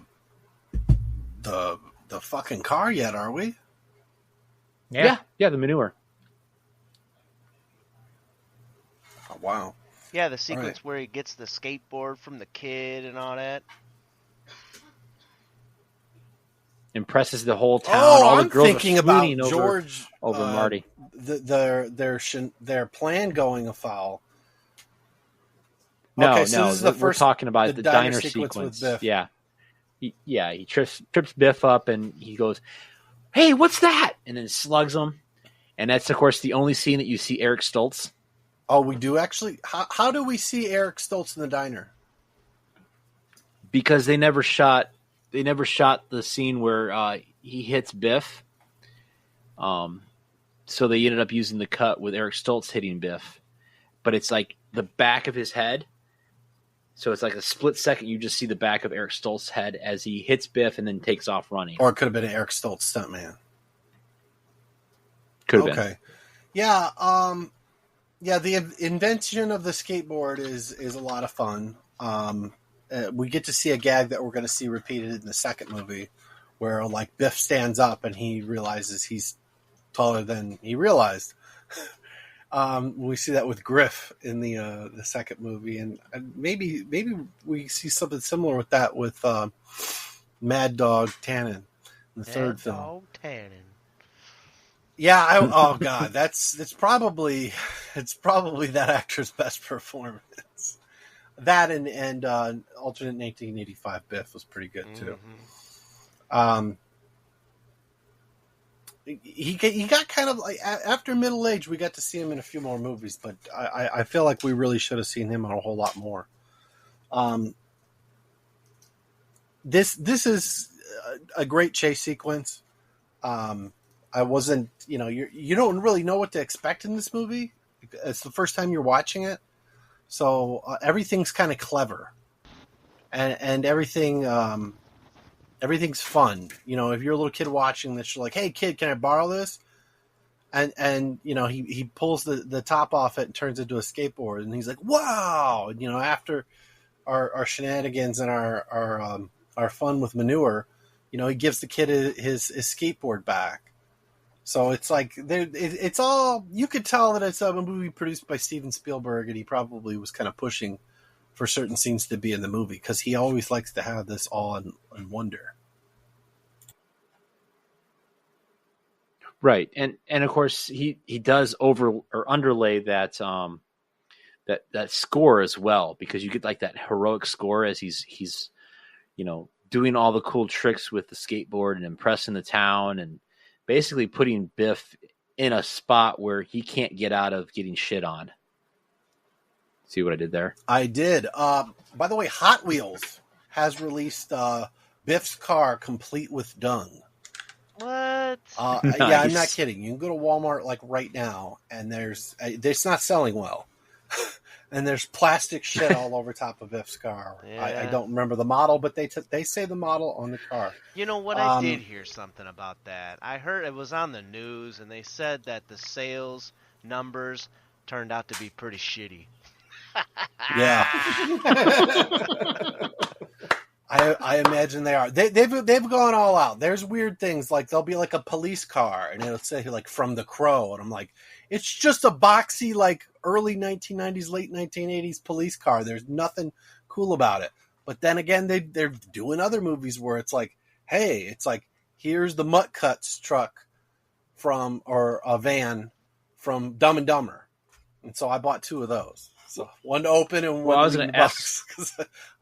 It's I was going to iconic. ask a stupid question. I was going to ask a stupid question and say, why are they releasing Biff's car now? But it's because of the 40th anniversary. Yeah. I thought they would have done it like 10 years ago when it was the 30th. Because it would have... To be fair, all 3 versions of the DeLorean have been showing up too.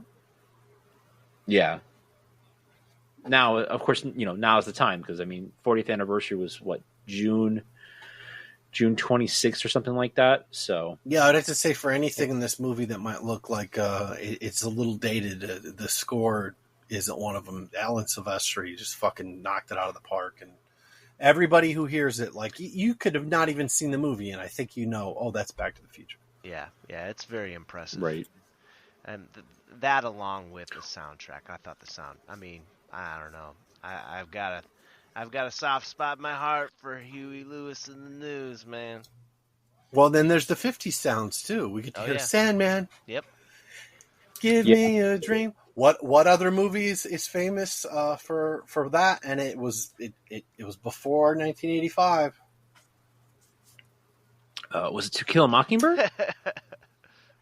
Halloween. I don't know why they put that in Halloween, but it's in Halloween. We've pulled too much from that well, Matthew. All right. That'll probably be my last reference to Kill a Mockingbird. You know what? In the scene that I did think was really cool was the amount of times when Lorraine is just like, I guess it kind of makes sense with the whole Sandman song and the track, but how many times she goes, "Oh, isn't he a dream? Oh, isn't he a dream?" She's just breathless. Like it's a "Dang, dream bro. Yeah, you're that's nasty, bro. That's nasty. Yeah. Well, doesn't even Marty even mentions when he wakes up in his mom's bed that I had a terrible dream. So yeah, there's definitely some references in there to dreams, and Yeah. I'm sure there's probably a whole psychological thing we could talk about with this. They're movie. trying to outdo the implied incest from Empire Strikes Back. He even at the end of the movie, when he wakes up the night or the morning after he got back to 1985, he even says, "Oh man, I had a terrible dream," and then he sees where he's at and what his reality is. This is crazy, man. It's just a total mind. You know what? Yeah, I called that my early 20s. Well, how about you, Tim? Any thoughts on Marty putting Biff in his place? We've covered a lot of it. The 2 things that strike me in this is, one, this is where Michael J. Fox's lack of height really works. Like when he gets up, he has to look over at Biff's shoulder. You kind of just see his head and realize how short he is. It's a priceless shot. It's just priceless. And anybody else that had been more on level with Biff, it just wouldn't have had that same effect. So I think it really, it really brings home the bulliness of the Biff character, just being this monstrous mountain of a guy, so, and then for him to hit him and then run out the door like that, push those guys over. get that kid's homemade scooter, bust it off, do the skateboarding thing. It's cool. It's iconic. It's one of our favorite scenes. But the bottom line at the end of that, what I really take away from it is, if you only pay $300 to get people to take that much crap out of your car, you got a bargain. Because I'm telling you what, I ain't cleaning that much shit out of anybody's car for $300. Not a chance in hell. So, but that, and when you see that, I mean, they didn't just dump a little bit of manure on those guys. They are covered in that. I mean, they are literally like digging their way out and spitting it out of their mouth. It's just, man. Like, when you really think about it, it's absolutely disgusting, almost to the point of just like nasty, gagging you, man. If you really think about it. Yeah, I mean, they are literally sitting in a mountain of shit. It's just, it's wow. I mean, I couldn't even imagine if that happened to me. It would just be like, oh my God. How about those sparks when he throws down the skateboard when he tips it back, when he's driving around, when he's on the back of the cars. Yeah, I think it's because if you look at it, and I remember this, this is going to really show how old I am. Back when I was a kid, before you buy skates to actually put on your feet, like, you go and buy a pair of skates and you put your foot in it, lace them up. When I was a kid, we had these skates that were metal that you put your shoe in, and then you had a key and you crank it down, and these little things would come down and grab each side of the skate. And they were actually probably super really dangerous, man. From before my time. They were like remnants that I probably got from a cousin or something. But so they had metal wheels on them. So that's, if you look underneath these kids' little scooters, they're basically taking a flat board, they've taken these skates apart, and they've mounted them underneath there.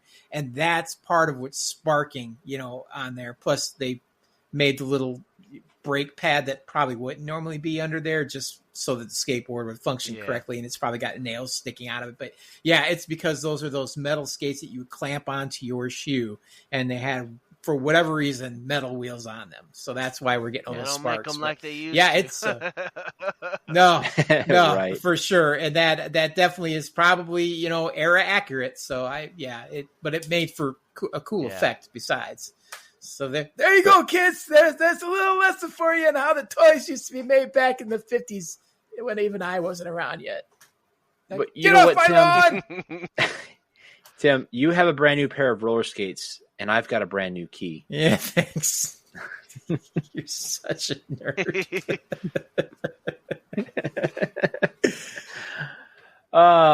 Go look that up, kids.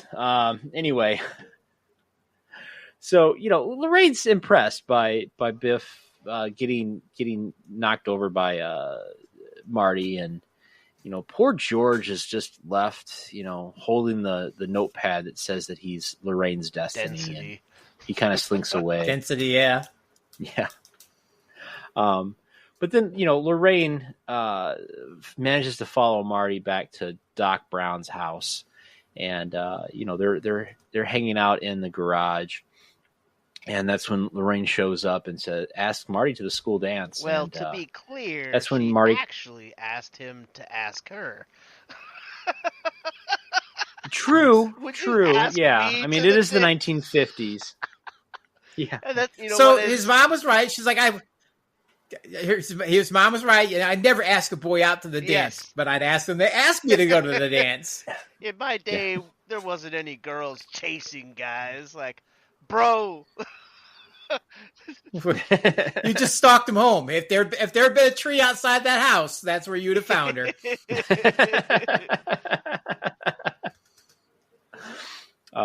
All right, so Marty then is asked to ask Lorraine to the school dance, and of course that's when he plots to feign inappropriate advances on her, allowing George to intervene and rescue her, but the plan goes awry when Biff's gang locks Marty into the trunk of the performing band's car, while Biff forces himself onto Lorraine. George, of course, arrives expecting to find Marty, but is assaulted by Biff. After Biff hurts Lorraine, an enraged George knocks him unconscious and escorts the grateful Lorraine to the dance. All right, so I think it's kind of funny that Marty comes up with this plan, and it's really interesting that he sees his mom for who she truly is as a teenage girl.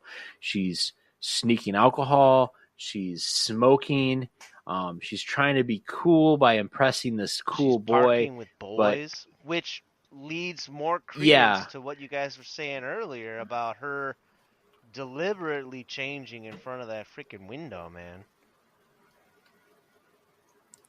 Exactly, you know, and that brings me to this question: is Lorraine really a good girl, or is she really kind of a His naughty mom girl? was a hoe, or she was trying to be.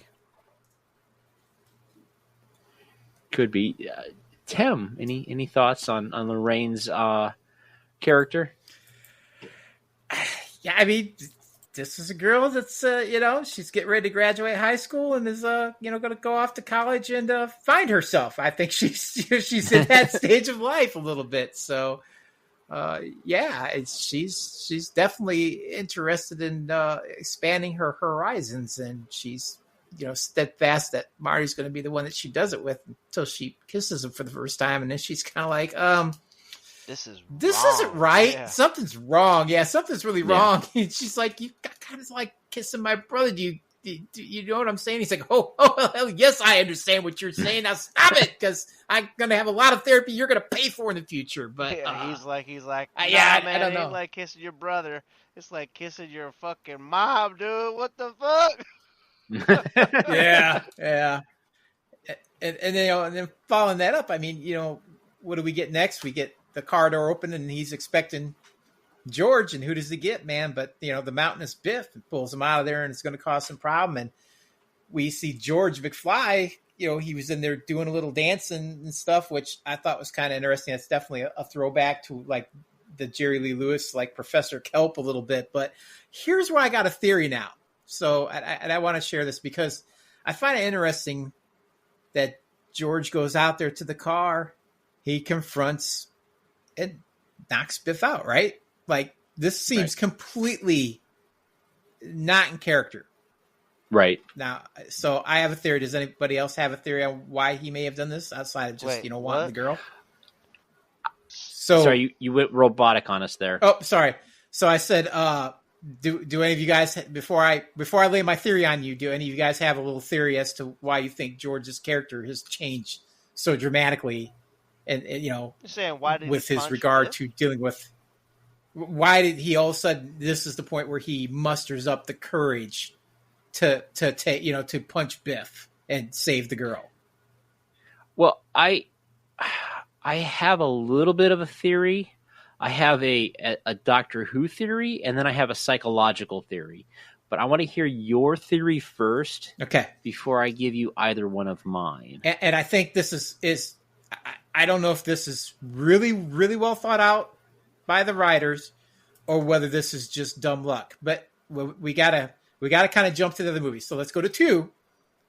What do we see? Because they reproduced that whole dance, right? Right. What's Biff doing at the dance? He's drinking. But what's he doing to punch at the dance? Oh, he spiked it. Oh, he's spiking it. He spikes spikes it a lot. So I think George is drunk. Oh, man. I think he gets George drunk. A little liquid courage. Gets him a little liquid courage, and George goes out there and is like, you know what? Screw this guy. I've put up with his shit. I'm going to get the girl. And Biff has ultimately led to his own downfall by liquoring this guy up, and this guy punches his daylights. Punches him out. By the way, just cleans his I clock. might add, that punch was 10 out of 10, dude. That was a 10 out of 10 knockout, man. That was good. Not only did it feel good in the moment, like the stars were aligned, the situation was perfect, but that actual punch, though, man, golly, that was something Muhammad Ali would be proud of, all right? Yeah, I completely concur with that, and I think what lends even a little more credence to this theory is that later on, somebody tries to, get between him and Lorraine again at the dance, And George kind of starts to walk away. And I wonder if maybe, the buzz coming down off the buzz, and finally changed his mind at the last minute, but it would all make sense. Now, again, I don't know if this is some brilliant writing or just some half-baked idea, but it seems very plausible to me. No, that makes sense. Gotcha. What do you guys think? But we don't find Matt, out that he spikes a punch until the second movie? No, Yeah. we don't. Yeah. Oh, then they didn't write it that way. But I mean, it's any movie's open to interpretation. But essentially, I think he saw that he was more worried about her well-being than his own, and that helped him overcome his own fear of Biff. I don't know, man. That's actually. I think that's cool too, but he was drinking that punch. You saw him before he went out to the car. He was sitting there right near the table, drinking his punch, looking at the clock. So that I think that makes a lot of sense, Tim. I do. Not to mention what Joey said. I think there's already motivation there. There's already motivation there. Right. It's a really dark scene in the movie because, I mean, Biff was essentially going to rape her. Yeah, it does take a very dark turn for sure, especially because they linger on. He's like, just walk away. And he's like, even his guys, he's like, you leave. This ain't the peep show, take off or whatever. So it's like they really kind of stretch it out to an uncomfortable, level. Yeah, he was literally fighting to get upper dress. Yeah. Yeah. And some privacy to do it. So my two theories are this. The first one is the psychological theory that I have is that George has witnessed his now friend Marty stand up to Biff. He shows that, hey, Biff can be stood up to. He kind of builds up George's confidence subconsciously. And then once George, who's afraid of confrontation, finally gets that last straw, there he is. He sees Lorraine, a girl that he likes. He's been peeping Tom to. In a situation where she's being attacked, it's finally the last straw, and he builds up this courage to knock out Biff. Whether that's liquid courage from, as we find out in part 2, like Tim had said, but I think at the core of it, once he sees that Marty is somebody that could stand up, somebody who's much smaller than Biff, stand up to him, he knows that, hey, you know what? If Marty can do it, I can do it. The other thought that I had, and it dives into that classic TV series Doctor Who that talks about time travel and all this like gobbledygook stuff, is that time will find a way to correct itself. And because it is pivotal that time proceeds in this certain way, that George and Lorraine get together, that it's kind of time and destiny's idea to bring these two together as though it was their density. I mean, destiny. Yeah, all that stuff makes sense, man. That all makes. I could buy all those ideas. Although, I don't know, man. I like the one that Tim said. Although the psychology one that you said totally makes sense too. I mean, I deal with that type of stuff on a daily basis. As soon as one person gets away with something, everyone else is like, yeah, I could probably do that too. Your theory's kind of your second Doctor Who-ish theory is kind of interesting because Stephen King writes a book. It's called 11/27/63, and it's about a guy who goes back and tries to prevent the assassination of John F. Kennedy. And during this book, in all his attempts, his one observation is that time is obstinate. It wants to maintain its integrity, and it'll do anything it can to make sure that you don't alter it. It'll make your car break down. It'll make you sick. You'll get shot or mugged in an inadvertent time, like if you were a time traveler kind of thing, trying to change things. So yeah, your theory of, time wanting to correct itself to make sure things go back to the way that they should be is kind of on par with that train of thought. It definitely makes sense to me. Nice. Yeah. And you know what? I think part of me wants to say that there was a Twilight, like the new Twilight Zone, where a similar thing happened where a reporter traveled in time and was trying to prevent John F. Kennedy's assassination. And that reporter was played by Lane Smith from the classic TV series Lois and Clark with Dean Cain and Forrest Carrie Hatcher. Whitaker or Jordan Peele? Forrest Whitaker. Okay, yeah, So I missed it was like all those motherfuckers. Yeah. And I like Forrest Whitaker. I think it came and went, and it was before, it was in that time before DVRs or before everyone had one, so I didn't get to watch the Forrest Whitaker Twilight Zone series. I don't even have an opinion on it. I know the Jordan Peele ones kind of sucked, and I don't blame them for taking the money and hosting it. Right, I'm just doing a quick check here. I'm pretty sure it was Twilight Zone. Why do I not see it?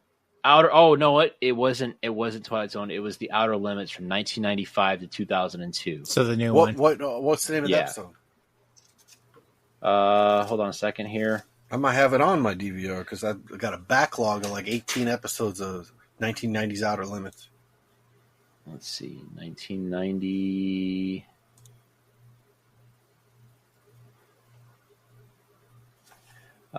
Dr. Malcolm Bossard. One episode from 1998. Season 2, Episode 1, A Stitch in Time. These 17 men have been executed in the last 2 decades, but without clear motive. Is that the right one? I don't think so. I don't think it's so. It's about time travel? Yeah, it's about time travel, because he goes back to try and save John F. Kennedy. And I remember distinctly that he was like on the plane. He was on Air Force One after the incident occurred, and he drops a nickel. Or no, he drops a quarter. No, 50-cent piece, because it had John F. Kennedy on the 50-cent piece. And people were like, what is that? I'm looking at the AI overviews, and that's how we know we're in the future. The Outer Limits, both the original and 1990s revival, have explored time travel narratives, but neither directly focused on JFK's assassination in the same way as Stephen King's 11/22/63. One episode, Profile in Silver, involved time travel and the assassination, but focused on historians' personal involvement and the consequences of altering the timeline. Another episode, Decompression, dealt with a time traveler trying to prevent a future catastrophe by altering a seemingly insignificant event, but not related to JFK. Okay. Well, again, this was the 90s, and I'm old, so my brain probably is stitching things together. One was had to do with an assassination. Oh, it was featured a historian travels back to witness the JFK assassination. That's Profile in Silver. That's from the 1990s. Well, and then the Decompression has to do with a time traveler creating a dark future and attempts to prevent it by having the protagonist jump from a plane before it crashes. Okay, so Profile in Silver is what we need to watch. So it does have something to do with the JFK assassination. And sometimes, yes, AI kind of fumbles itself. It's saying two different things in two different paragraphs. Here we go. Okay. Twilight. We've gone off the rails here. We're going off on a tangent. I'm probably going to cut a lot of this out. But Profile in Silver / Button, The Twilight Zone. March 7th, 1986, Profile in Silver. After preventing the assassination of President Kennedy, a historian from the future faces the consequences of this act. That's the one I'm thinking of. It stars Lane Smith as Professor Joseph Fitzgerald. Okay, so AI pulled shitty information from other people's articles and then spouted it out as fact. So, so they got Profile in Silver correct, but it was the 1980s Twilight Zone, which is fucking awesome. Oh shit! It's got the right. I kind of remember this. They got the guy from Stepfather playing John F. Kennedy. Andrew Robinson. Awesome. Who Rick should know as a famous Cardassian, Andrew Robinson. Rick, are you there? Yes. Rick, you're leaving me hanging. Gul Dukat. Actually, no. Andrew Robinson.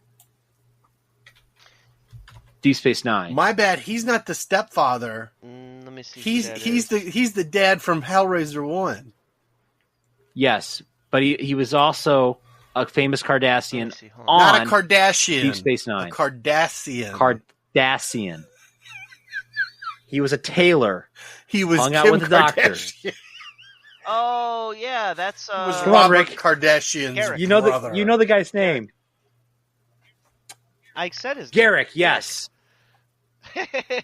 I'm like, no, not Ducat, the other guy. Yeah. All right, Taylor, so yeah. we've gone down a rabbit hole. We went through time travel. We went all over the place, and now we went to the 24th century with Star Trek. Let's get back to the future, with Marty McFly. So, yes.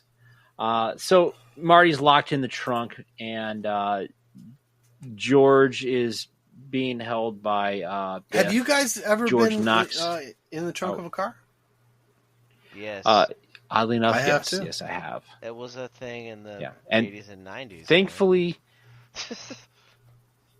Thankfully, after I want to say 1985, maybe in 1986, there is like a safety lever that you can pull to open a trunk so you don't get locked into it. I volunteered because there were ladies, and I was like, well, there's no room in this car. We all want to go to this house party on off campus. You know what? I'll just ride in the trunk. And so they took the bumpiest way there for fun. I don't know about that. Well, much,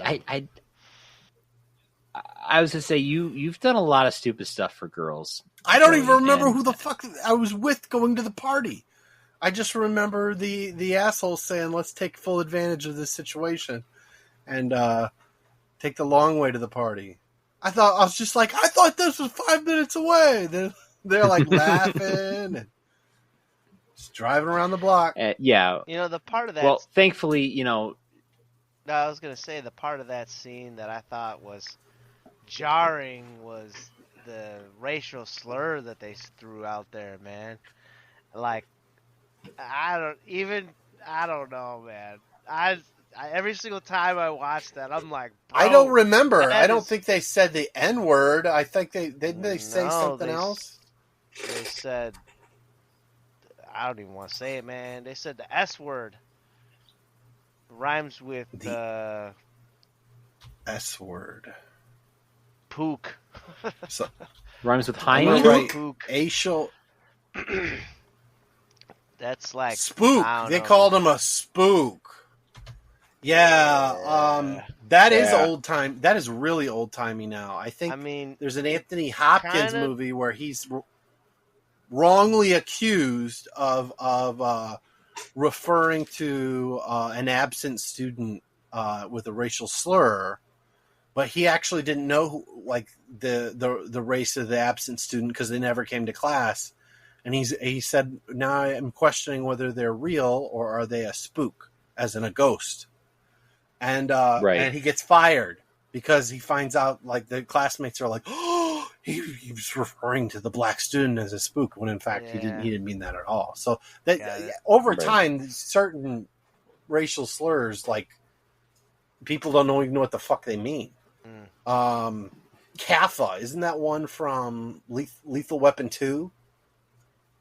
Yeah, well, that's South. Yeah, Africa, and I completely so- fucked that up. And I'm like, even though, like, at the end, the joke is they shoot the racist asshole, and they said now he's become decaffeinated, right? But it didn't really make sense to me, and I thought it was, I don't know why, but I thought it had something to do with being Catholic because it had that ca sound in it.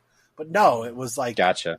some origin that I'm completely ignorant of because I never lived in South Africa under apartheid. Right. Yeah.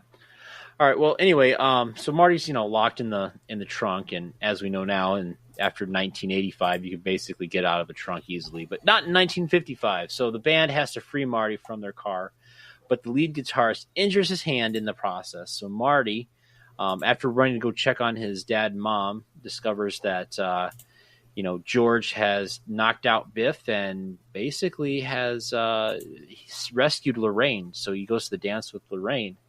And Marty then has to take the place of the guitar player because his hand is hurt. So he performs Earth Angel so that George and Lorraine can share their first kiss. With this, he manages to secure his destiny, and he's able to prevent his brother and his sister from fading in the picture. And there was that really cool scene where he's playing guitar, and you can see that he's forgotten to play guitar, and he's all down and everything. And as Tim pointed out, there's that redheaded kid that shows up and cuts in front of George and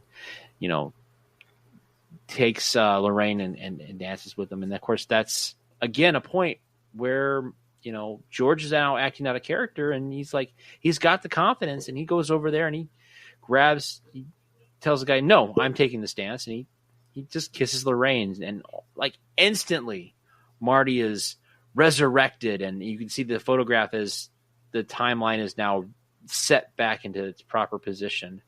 What did you guys think of that whole sequence of the guitar playing by Marty? And feel free to elaborate upon Johnny Be Good as well. I'll go over to you first, Tim.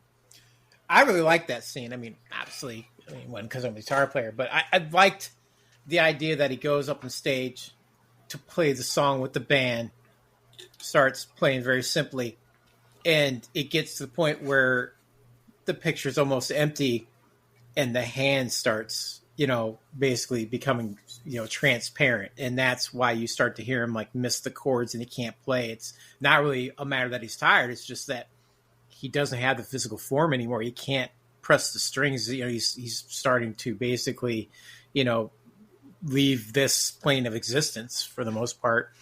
And that's the point where we get George, who for a couple of seconds starts to walk away from the situation when the other guy comes up and basically is like, "I'm cutting in." And you got Lorraine who's pleading with him. She's like, George. And he finally turns around for whatever reason. He's like, no, I have knocked Biff out, buzz or not, if that's the case, if we're going with that theory, he's like, "Nope, you get the hell away from her. She's mine." And he kisses her. And that instantly, once that kiss happens, it seals the deal. It fixes the timeline. And, they're obviously going to get married now in the future and have the family, and it instantly revives Marty and allows him to play. And then I just love once that happens and he realizes everything's good, the song's done, he's getting ready to leave. He's like, "Hey, come on, one more. He's like, "Well, all right." He goes, "This is an oldie, but a goodie. Well, it's really popular from where I come from," kind of thing, because he realizes it's probably, really not. And I love, he just starts throwing out all kinds of things. He's on the ground playing the guitar. He's doing hammer and pull offs. He's just, cranking the amp, kicking it over and stuff. And I like when he finally gets towards the end and he looks and they're all just looking at him dumbfounded. I mean, absolutely dumbfounded. They have no idea. He's like, "Well, I guess you're not ready for this." And my favorite follow-up line is, "But your kids are going to love it." And then he leaves, so it's it's like the perfect ending to that moment. I just love it. It's fantastic. It's a lot of fun to watch. And it's a nice wrap up of the, fixing of the family timeline. So I think, again, it's another point where they didn't really need to talk about it. You get to visually see it. And then once, that love connection is made with them, you get to see the hand come back to basically become solid again, and everybody's back in the picture. So it's a very elegant solution to, solve that one plot point, and, everybody understands what just happened. Right. Yeah, totally. And another thing that I always liked was after he finishes playing the very Eddie Van Halen, and he's holding the guitar, and then he hands it back to Marvin Berry. I like how Marvin's just kind of looking at "How'd you do all that with this thing?" Yeah. So just the look on his face, I just thought that was priceless. What about you, Rick? What did you think of Marty's performance? Yeah, man, I 100% agree with everything that Tim was saying. I mean, not just the faces on the audience, but even I don't know if Tim mentioned, but even the band players were looking at him like, we ain't with this motherfucker. Like, we don't even know this dude. Like, what the hell's going on here? You know? Um, the score really supported the emotional moment that was happening. So that was really good when that was appropriate. It was super cool, man. Like the transparent hand thing, like Tim was saying, that was cool. I mean, there wasn't a whole lot of that type of special effects going on, but uh, this was cool. This was a really cool kind of piece. um, I mean, I'm talking throughout the whole movie, but this was one, and it was pretty cool, and it made a lot of sense. They used the effects really effectively. Yeah, and yeah. It was super to the point. And it wasn't like in your face, It was good. It was super good. It was the whole sequence of the Enchantment Under the Sea dance was a very, very good rising action. It was super good. When we even after the climax, which I would probably say the climax was the kiss, the falling action was kind of like an extended rising action to like get this little extra like playful bit of this music. It could easily have been taken out, but I think it is more meaningful for like just the fun aspect of this movie. I thought it was really cool. And well, if I can interject here just one quick, it also kind of helps Marty's character because he's been wanting since the beginning of the movie. He's been wanting to play in front of an audience. He gets rejected by the Battle of the Bands because his band plays too loud. This is his opportunity to get his heroic moment where he can now play in front of an audience, and I thought that was a neat little, tip the cap to him or a circular time thing where he's able to do this and achieve his goal. That's cool. That is actually really cool. I never thought of that because he did audition for their prom in '85. He ended up playing in '55 instead. So that's pretty cool, despite the fact that he indeed was too loud. Yeah. So it was a super good sequence, and I'm sure you could probably argue that maybe the climax isn't until he actually makes the jump back to '85. But yeah, as far as that part of the plot, I think that was pretty much, yeah. Yeah, I agree with you. I think that this part of the plot is definitely a climax. It would be the climax for the B story. I'd like the little side joke too of when he's holding up the phone. He's like, "Chuck, you wanted that new sound? Here it is, man." Yeah. He's holding it out for Chuck Berry to hear. Who will eventually write the Johnny B. Good song. Well, what about you, Joey? What did you think? Especially, since you're the 4K guy. I'm sure you probably saw this on 4K. What did you think of the effects of Marty's hand? Do they still hold up? No, but I gotta say I own it in 4K, but I haven't watched it in 4K yet. That part, even watching it on television way back then, it's an optical effect that it doesn't look very real, but it doesn't really. It's okay that it looks unreal. I wouldn't say that it looks fake. It's because we're witnessing some weird phenomenon of him disappearing, and it okay, what does that look like? It's like, yeah, it doesn't bother me at all.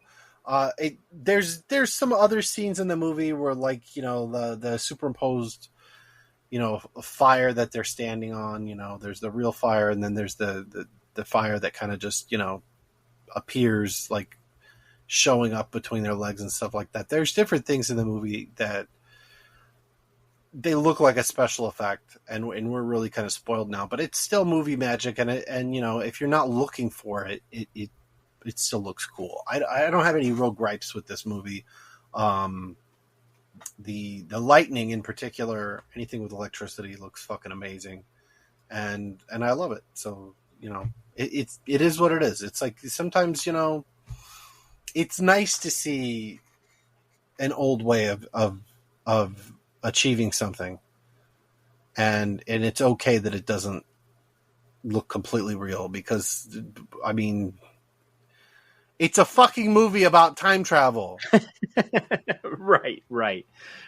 I do have to agree with you. I mean, I think in your long way around about it, the effects are solid as practical effects, and I'm not trying to put words in your mouth, but it sounds like you do agree that they do kind of stand up and they kind of help make the movie feel timeless.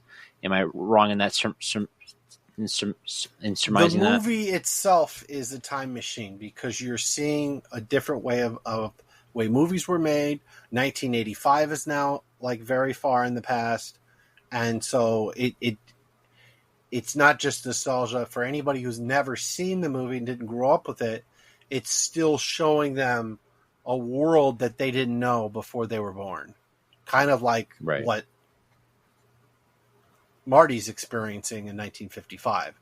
So the movie itself has become a time capsule, which technically all movies are. It's like you could go look, the movie may not be a real good representation of California in 1985, but the clothes and some things and here and there and the technology that you see, that is what was available at the time.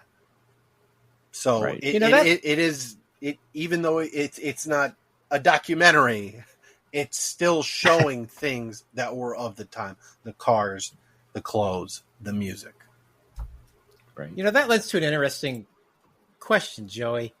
Do you think if an 18-year-old went back right now, back to 1985, now we're talking 40 years instead of 30, would it be as jarring as going from 1985 to 1955? They'd lose their shit because their phone wouldn't work. Well, that's true. That's true. They would, but outside of the phone, let's just say the phone's not even a thing.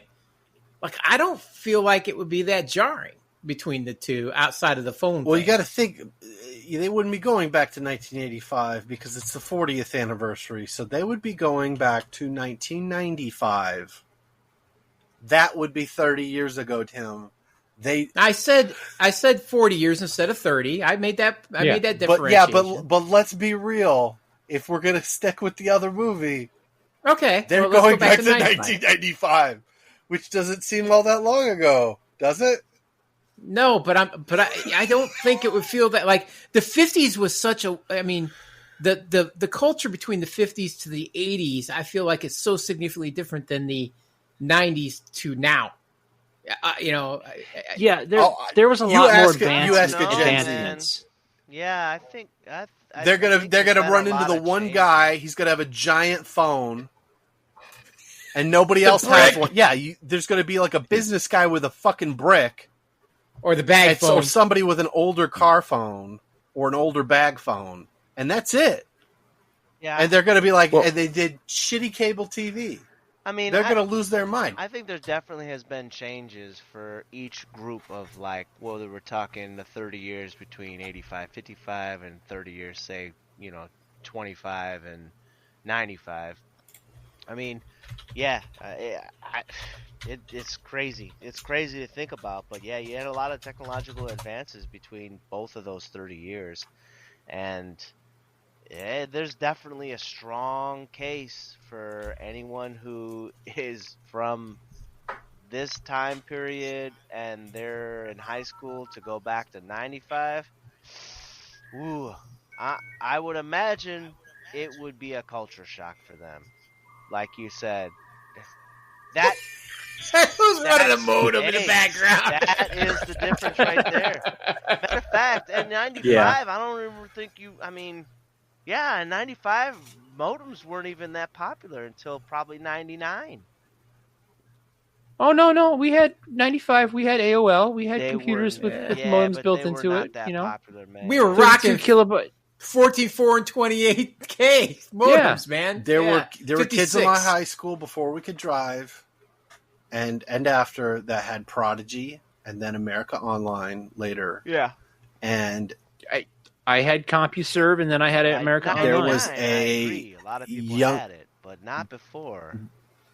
There was a young man who I don't know what he was doing on the internet, and he was on for hours and hours, and his parents got a bill for like over $200. Yeah, and he was on the bulletin boards, man. Downloading the Lemmings game. Yeah. So it was over 200. So let's just say it was 210. Inflation calculator. Yeah, that's probably more like $1,000, $1,500 now, Yeah. probably. No, it's probably. I'm gonna say it's gonna be 500. like 420, I think. Interesting Is numbers. this So double? let's do. I'm gonna go 1995, January 1995. Well, let's be fair. Well, let's go to July. July 90. Oh, it's only gonna let us do to June. Okay, June 95 to June 2025. Let's be conservative. $210. $444.18. Oh, you nailed it. Okay. Okay, so that's your phone bill, Matt. How are you going to talk to your son about that? You're going to be pretty upset. Yeah, I would He's be gonna very get upset. Yes. If people still read newspapers, you'd make them get a paper route. Yeah. It's I think someone going back in time, no matter what time period, it's going to be a significant culture shock because you're going back 30 years. I do agree that the time period between 1955 and 1985, there was a huge advancement in industry and roads and everything. I mean, we go from steel cars to plastic cars. There's definitely a significant change there. But I think the cultural dynamic is huge compared to what it is between 85 to now or 95 to now. Yeah, because from 55 to 85, you had the whole free love and the hippies and then the yuppies and the conservatives and everything. There was this huge cycle that went through. Whereas the culture, like you said, from then to now, really hasn't changed all that much. I mean, there might be more. Has changed the way we communicate, and that's affected our culture. And it's actually not our generation so much; it's the younger generation who don't know how to interface face to face. So that might be actually interesting, and it would be a horrible social commentary on Gen Z for them to go back to 1995 and not be able to fucking function. Right.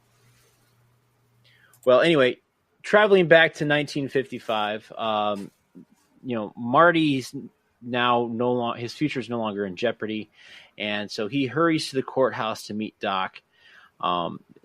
And of course, Doc discovers the letter from Marty warning him about his future, and he rips it up, worried about the consequences. To save Doc, Marty recalibrates the DeLorean to return 10 minutes before he had left to the future.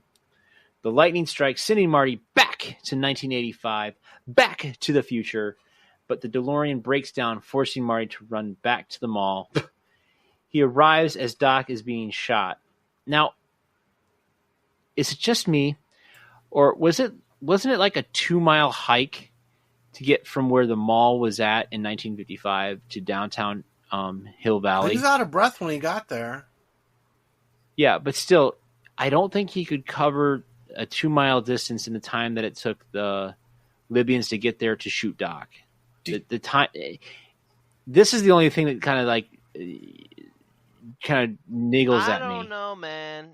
I think you're under the assumption that they know exactly where he's at. I don't think they have that van low-jacked. I think that they just got lucky looking around town to find this dude. I think that the bigger question is what I think the Family Guys addressed is why the fuck didn't he give himself more than 10 minutes? Yeah, that does seem kind of dumb. He could have went back earlier in the day. I'm going to go back to noon, warn Doc that this is going to go sideways. I think that totally jives too, man. He's a stupid. I mean, even Lorraine's dad said that he was an idiot, so it must be true. He's a high schooler, so yeah, most high schoolers are kind of idiots, I mean, I wouldn't say idiot, but they're not idiot, but they. Yeah, he says comes from a family of idiots. If you ever have a kid like that, I'll disown you.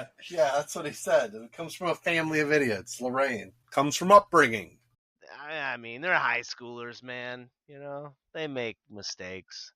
Hey, to answer your question, Matt, in 1985. I couldn't have run a mile in 10 minutes.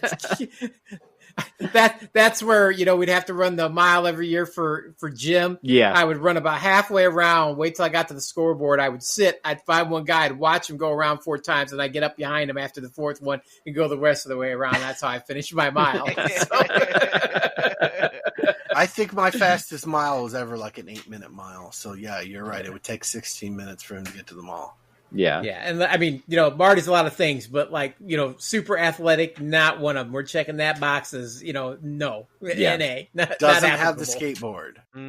Yeah. No, doesn't have the skateboard. Maybe if he had the skateboard and short legs. Yeah. I don't think he's making it there running in the 10 minutes required. So yeah, he should have said, "I'll give myself 20 minutes." But now that also lends to the question: does that damn battery keep dying because DeLoreans are just notoriously bad for knowing that they are not a great functioning car? Because this thing keeps dying. I mean, I understand it can't traverse time without the plutonium, but damn it, the car's been running. What's with the alternator in that car? It should be dying like this nonstop all the time. And you think they might have addressed that in 1955? And I don't know, put another battery in the damn thing. It makes no sense. It's the one flaw. Tim, it's realistic. DeLoreans are pieces of shit. I know, yes, they are, but it's not the electrical. It's usually the engine. The engines on them are shitty, but otherwise they're pretty solid car. Yeah, but yeah, the engines, they're just crap. Yeah, because I know this because I was so close. I was going to work one day, and I pull into the gas station to get gas, and shit you not, there's a DeLorean right next to me. And I was like, holy crap. I get out and I'm looking at this. It's got dealer plates on it. It's at the dealer right down the street. And I was like, holy shit. I'm like, is this thing for sale? He's like, we just sold it. Literally just sold it to a guy. I'm putting gas in it. He's going to take it home. He sold that thing for like, I think it was like $13,000. I'm like, holy shit. Had he pulled in there and just been filling up to bring it down the lot, dude, we'd be broadcasting this from my DeLorean right now. I would own it. That would be raw. I would totally have owned that car. Because this is my wife's favorite movie. She loves this movie above any other movie on the planet. It's the one car I could hands down buy without even calling her. I could just come home and be like, I bought a car today. And she'd be like, you did what? I'm like, it's a DeLorean. She's like, I love you, baby. That's how that would go.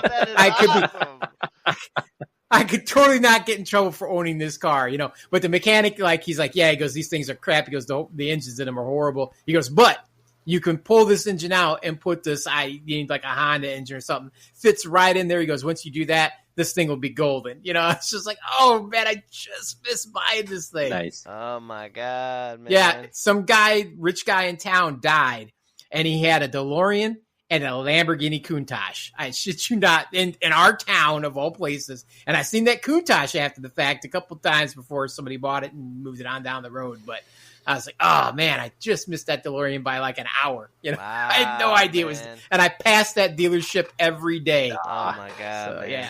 Yeah. So now you have to go back and find yourself a DeLorean and a flux capacitor so you go back in time to buy the DeLorean. To buy my DeLorean? Yeah. Nah, man, I thought when you said you buy your DeLorean, the one thing good is that you can go back in time. I was like, oh, yeah. Well, I do. So back in the day when I was fixing electronic circuit boards, we had ones that went into some very gnarly places, and it was in this NEMA 4 case, which is like a case impervious to like chemicals and nuclear bombs and all kinds of stuff. That is the case that the flux capacitor is in this movie. I took one of those home with me. I was like, I'm taking one of these cases. I have the case to build the flux capacitor in my back garage. I just need the car to put it in. Oh my God. You got everything, bro. Man, fucking LED rope lights in that thing, the DeLorean, and oh my God, man. Yeah. And the sad part is that when I seen that car parked next to me, I had already had that case at that point. I just needed to marry the two of them together. Crazy. Back to Marty and Doc. So Marty witnesses Doc being shot again, and then he sees himself take off, and then the Libyans crashing into this cute little photo hut. And I gotta say, I haven't seen one of those since 1989, maybe 1990. 1 hour photo, baby. I'm surprised it disabled that van, though. Well, there's volatile chemicals and an RPG involved, man. It's just, it's inevitable. Yeah. I kind of thought that, like, when I saw that, I was like, man, maybe that RPG went off, but, we didn't see any explosion on screen, so I don't know. Yeah.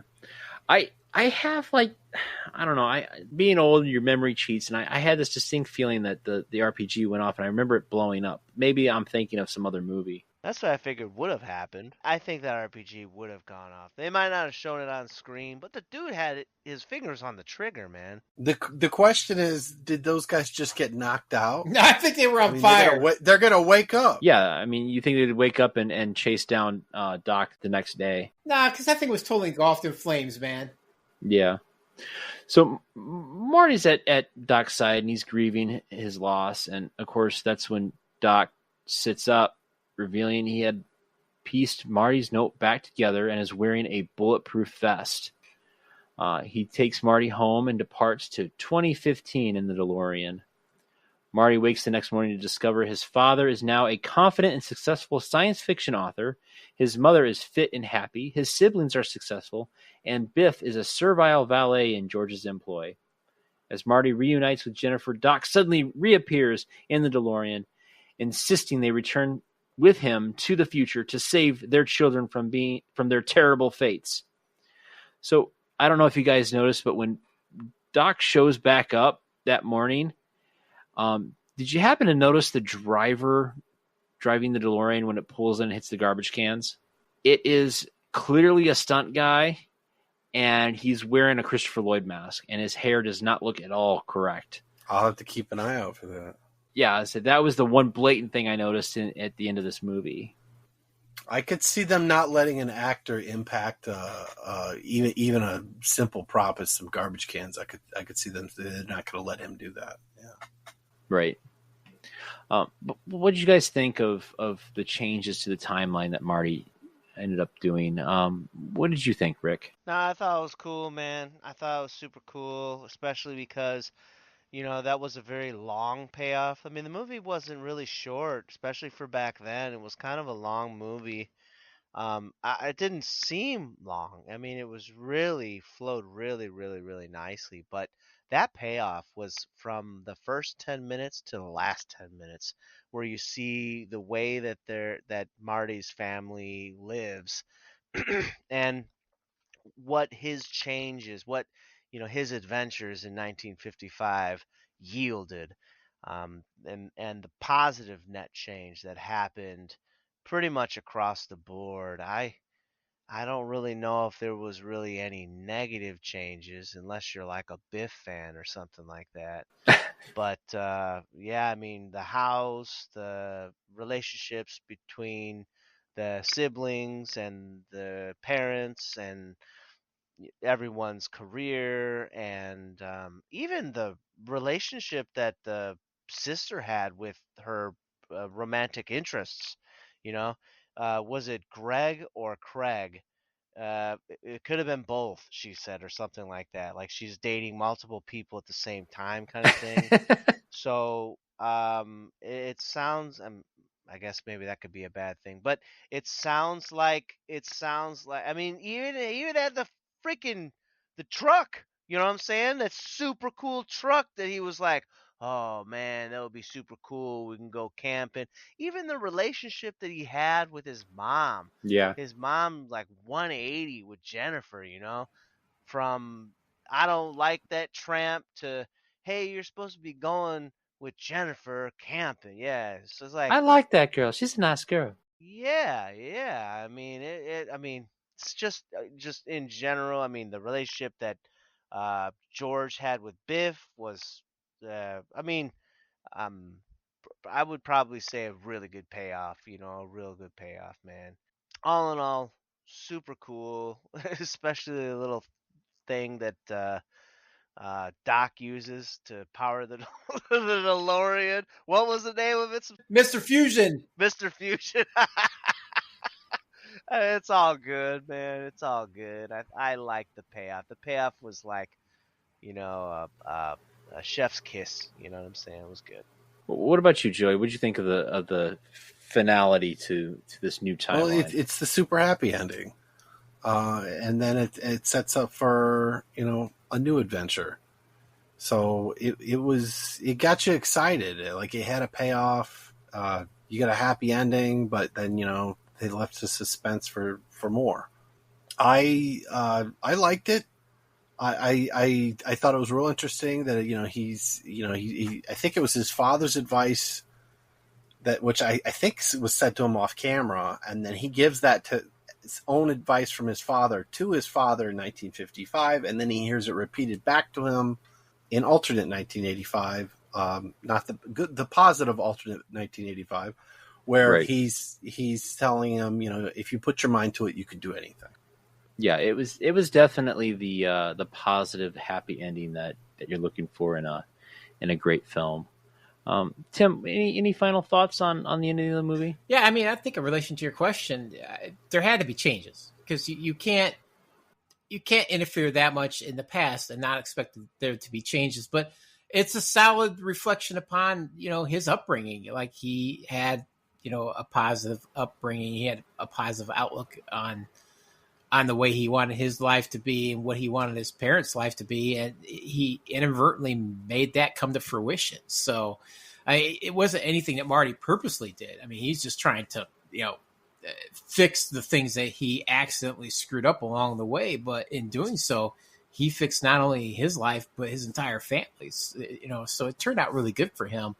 The one thing I focused on, having seen this movie so many times, was at the beginning, when Doc is introduced, I really watched like his clothes and stuff. And I noticed that, like, I think he had just a white T-shirt on underneath and stuff, and there wasn't very bulky. So he didn't have the bulletproof vest on. They were even good on that kind of detail. And when you see him at the end of the film, when he rolls Doc over, Doc has, I think, a different colored shirt on now and the big bulky vest. So they were really good even in that kind of detail. I enjoyed that, because when you're really trying to nitpick a movie apart, especially for something like a podcast that we're doing, and you can't, man, that's right. It's just such a treat that, like, it's just that solid of a movie. You can hardly find a flaw in the whole thing. So I enjoyed that, and I enjoyed that they didn't just make it so that it came back and everything was the same. There's obviously going to be some changes, and his influence upon his father and his father's relationship with his mother had positive influences all the way down, and they paid off in spades at the end. And the bad guy got what he deserved. Biff ended up being kind of a lackey that, now George gets to push around. So it was just a really satisfying end to the film. And then having Doc come back, and he's like, "Oh my God, Marty, it's your kids," so they jump in the car and off they go. And like I said, they never had any inkling that they were going to do any more of these. So it was even a cute ending. It's like, "Oh my God, what's the matter with my kids? Are they like assholes?" It's like, "Oh, you got to come quick," So it was very cute, very well done. And it's amazing that these guys, they not only did they strike gold here, but they're going to do it 2 more times, and they're going to tie these movies together solid. Like, they're just the attention to detail and story writing that we see here, we're going to get to see 2 more times. It's just so well done. These guys, they should just be happy. Like, when you got to that third one, they should be like, "Look, we're done. That's it. I'm dropping the mic. I'm walking away. We're retiring. We're never going to do better than this." I mean, it's phenomenal job. I would be as proud as anybody could be if these 3 movies were something that I created and wrote. I mean, it's an amazing job, and it's fun to watch and completely satisfying. Yeah, it's definitely a solid.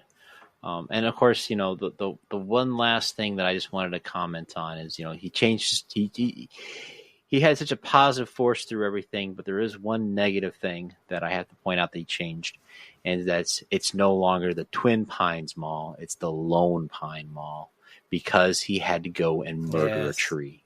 So all you tree huggers out there, that's the one thing that Marty McFly did wrong. There you go. It's a sad day in the pine tree community. All right, so gentlemen, that brings us to our death clock. I have a pretty good idea where everyone sits on this, but I need to ask the question, is this worth taking an hour and 56 minutes off your death clock? Rick, is it a yes or a no? It's 1,000% yes. If oh boy, if you know someone, you're listening to this, you've probably already seen it. But if you know someone who hasn't, do them a favor and make them watch it. It's definitely worth everyone's time. Doesn't matter how old you are. Beautifully spoken, Tim. Oh yeah, absolutely. I mean, I don't think there's much more I can say about it. It's a great film. It's fun. It's great for the whole family. You're gonna watch it once, twice, 3 times, a dozen, 300. I mean, you're just gonna watch this a lot. It's a great film, and you're gonna enjoy it each and every time. Excellent. Okay, Joey, lay it on me, buddy. Duh.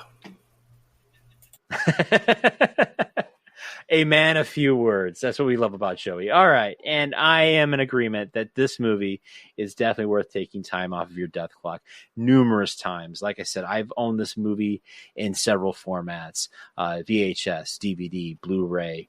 Yeah, it is definitely worth taking time off that death clock. All right, gentlemen. Well, that has been Back to the Future. Folks, leave us some feedback on X, Blue Sky, anywhere you want. You can email our show at the mamreviewpodcast@gmail.com. And we'll even read your email right here on the show. Also, we're slowly marching our way to 100 episodes, and we would love to get 100 subscribers. So please hit that like and subscribe button on YouTube and Spotify, wherever you listen to this. Hey, Tim, have you noticed how long our episodes seem to go when we record? Like, yeah, Matt. Of course, I have. I'm, I'm one of the freaking editors. So, yeah. Yeah, I know. I mean, we both have to deal with all the ums and the you-knows and the audio leveling. Don't get me started on Joey's long diatribes about bad horror movies. Hey, those are well thought out opinions. Okay. This is a 30-second ad. All right, Matt, what is your point? Well, there's this really cool service out there called podedit.com where they will edit the podcast for you. Imagine you not having to spend hours listening to your own voice only to determine that it just doesn't flow right. The team at PodEdit will spend their time and energy bringing you a high-quality production edit. All right. Where can we get more info on this service, Matthew? Well, it's right there in the name, podedit.com. If you love the podcast, but you don't always have time to edit, then check them out at podedit.com. And hey, tell them that Ma'am sent you for a special 25% discount on your first 6 episodes. Guys, really, Lloyd Kaufman is a freaking genius. Now that we've discussed that movie, what else are you watching? What's worth sharing? All right, I don't know if this is worth sharing, but it's what I've been watching. So I did watch Jurassic World Rebirth, okay? And and I tell you what, man.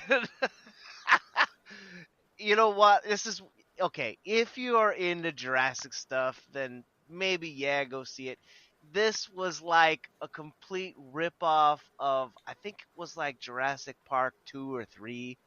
You know, the one where they go back to the island for like no reason. I think they both did. They went back to the island for like no reason or whatever. Is this a Kathleen Jurassic Kennedy Park production? 2 and 3. It sounds like another movie where they just completely reproduced another film, like that too. There was I think there was like an episode, I don't know, 7, and it was like a 4, something like that. I just thought I'd ask. Yeah, it was,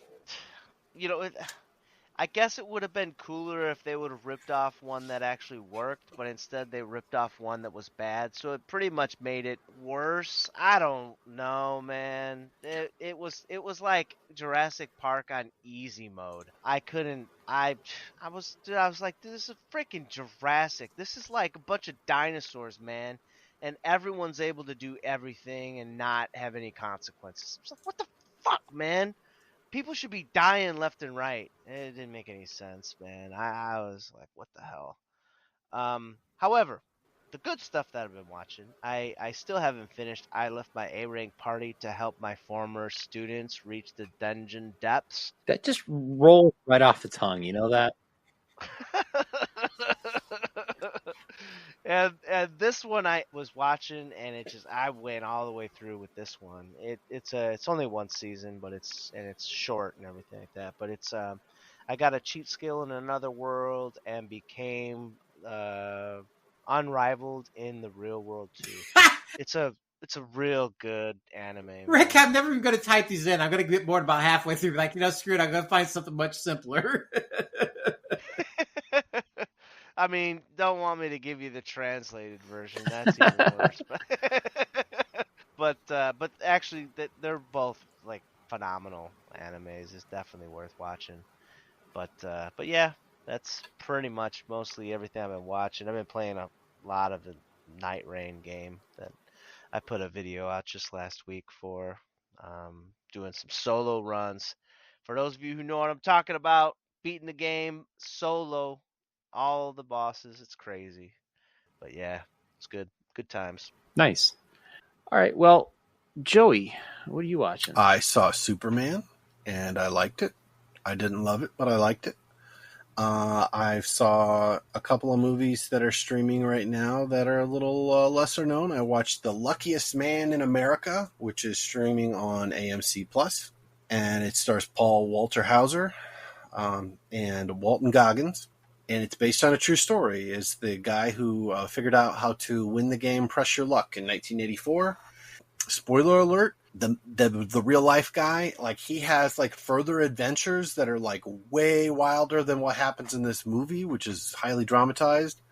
And read that Wikipedia article, and then read the Wikipedia article about Peter Tomarken, the host of the show as well. That's also going to be a big eyebrow raiser. I highly recommend the movie. Paul Walter Hauser doesn't disappoint, and neither does Walton Goggins, even though he's playing a very small part. And he even has Maisie Williams from Game of Thrones in a not so big role as well.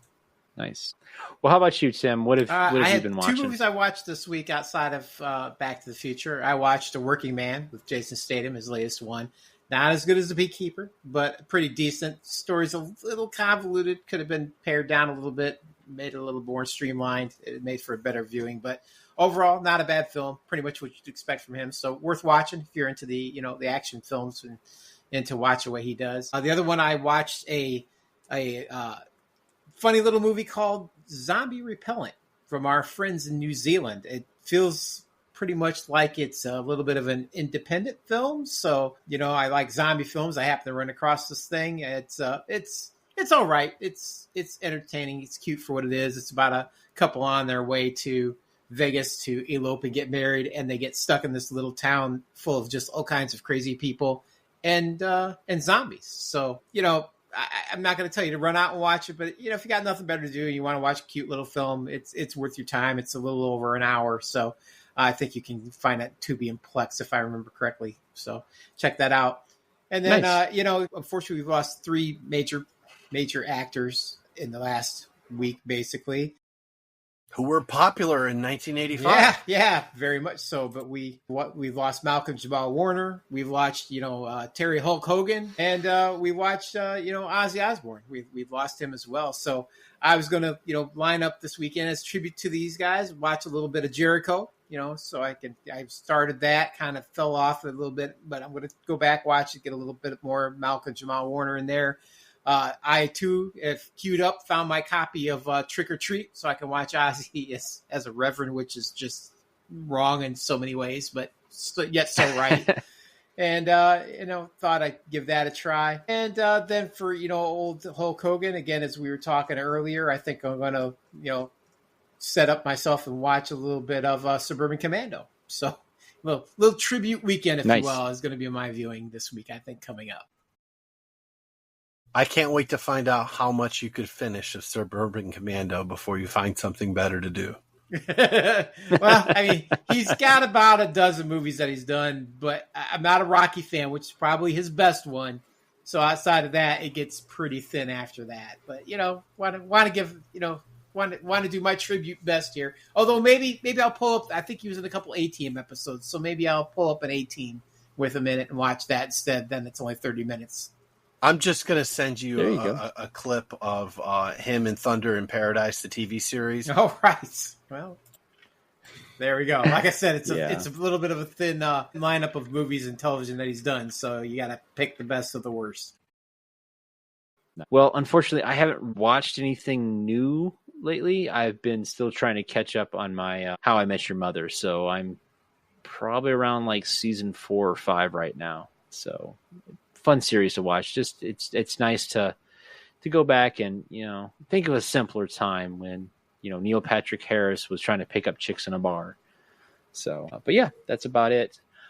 So before we close tonight, I do want to thank Rick for joining us as filling in that 4th chair like he always does. Rick, if other people wanted to listen to stuff that you do outside of movies, where can they go?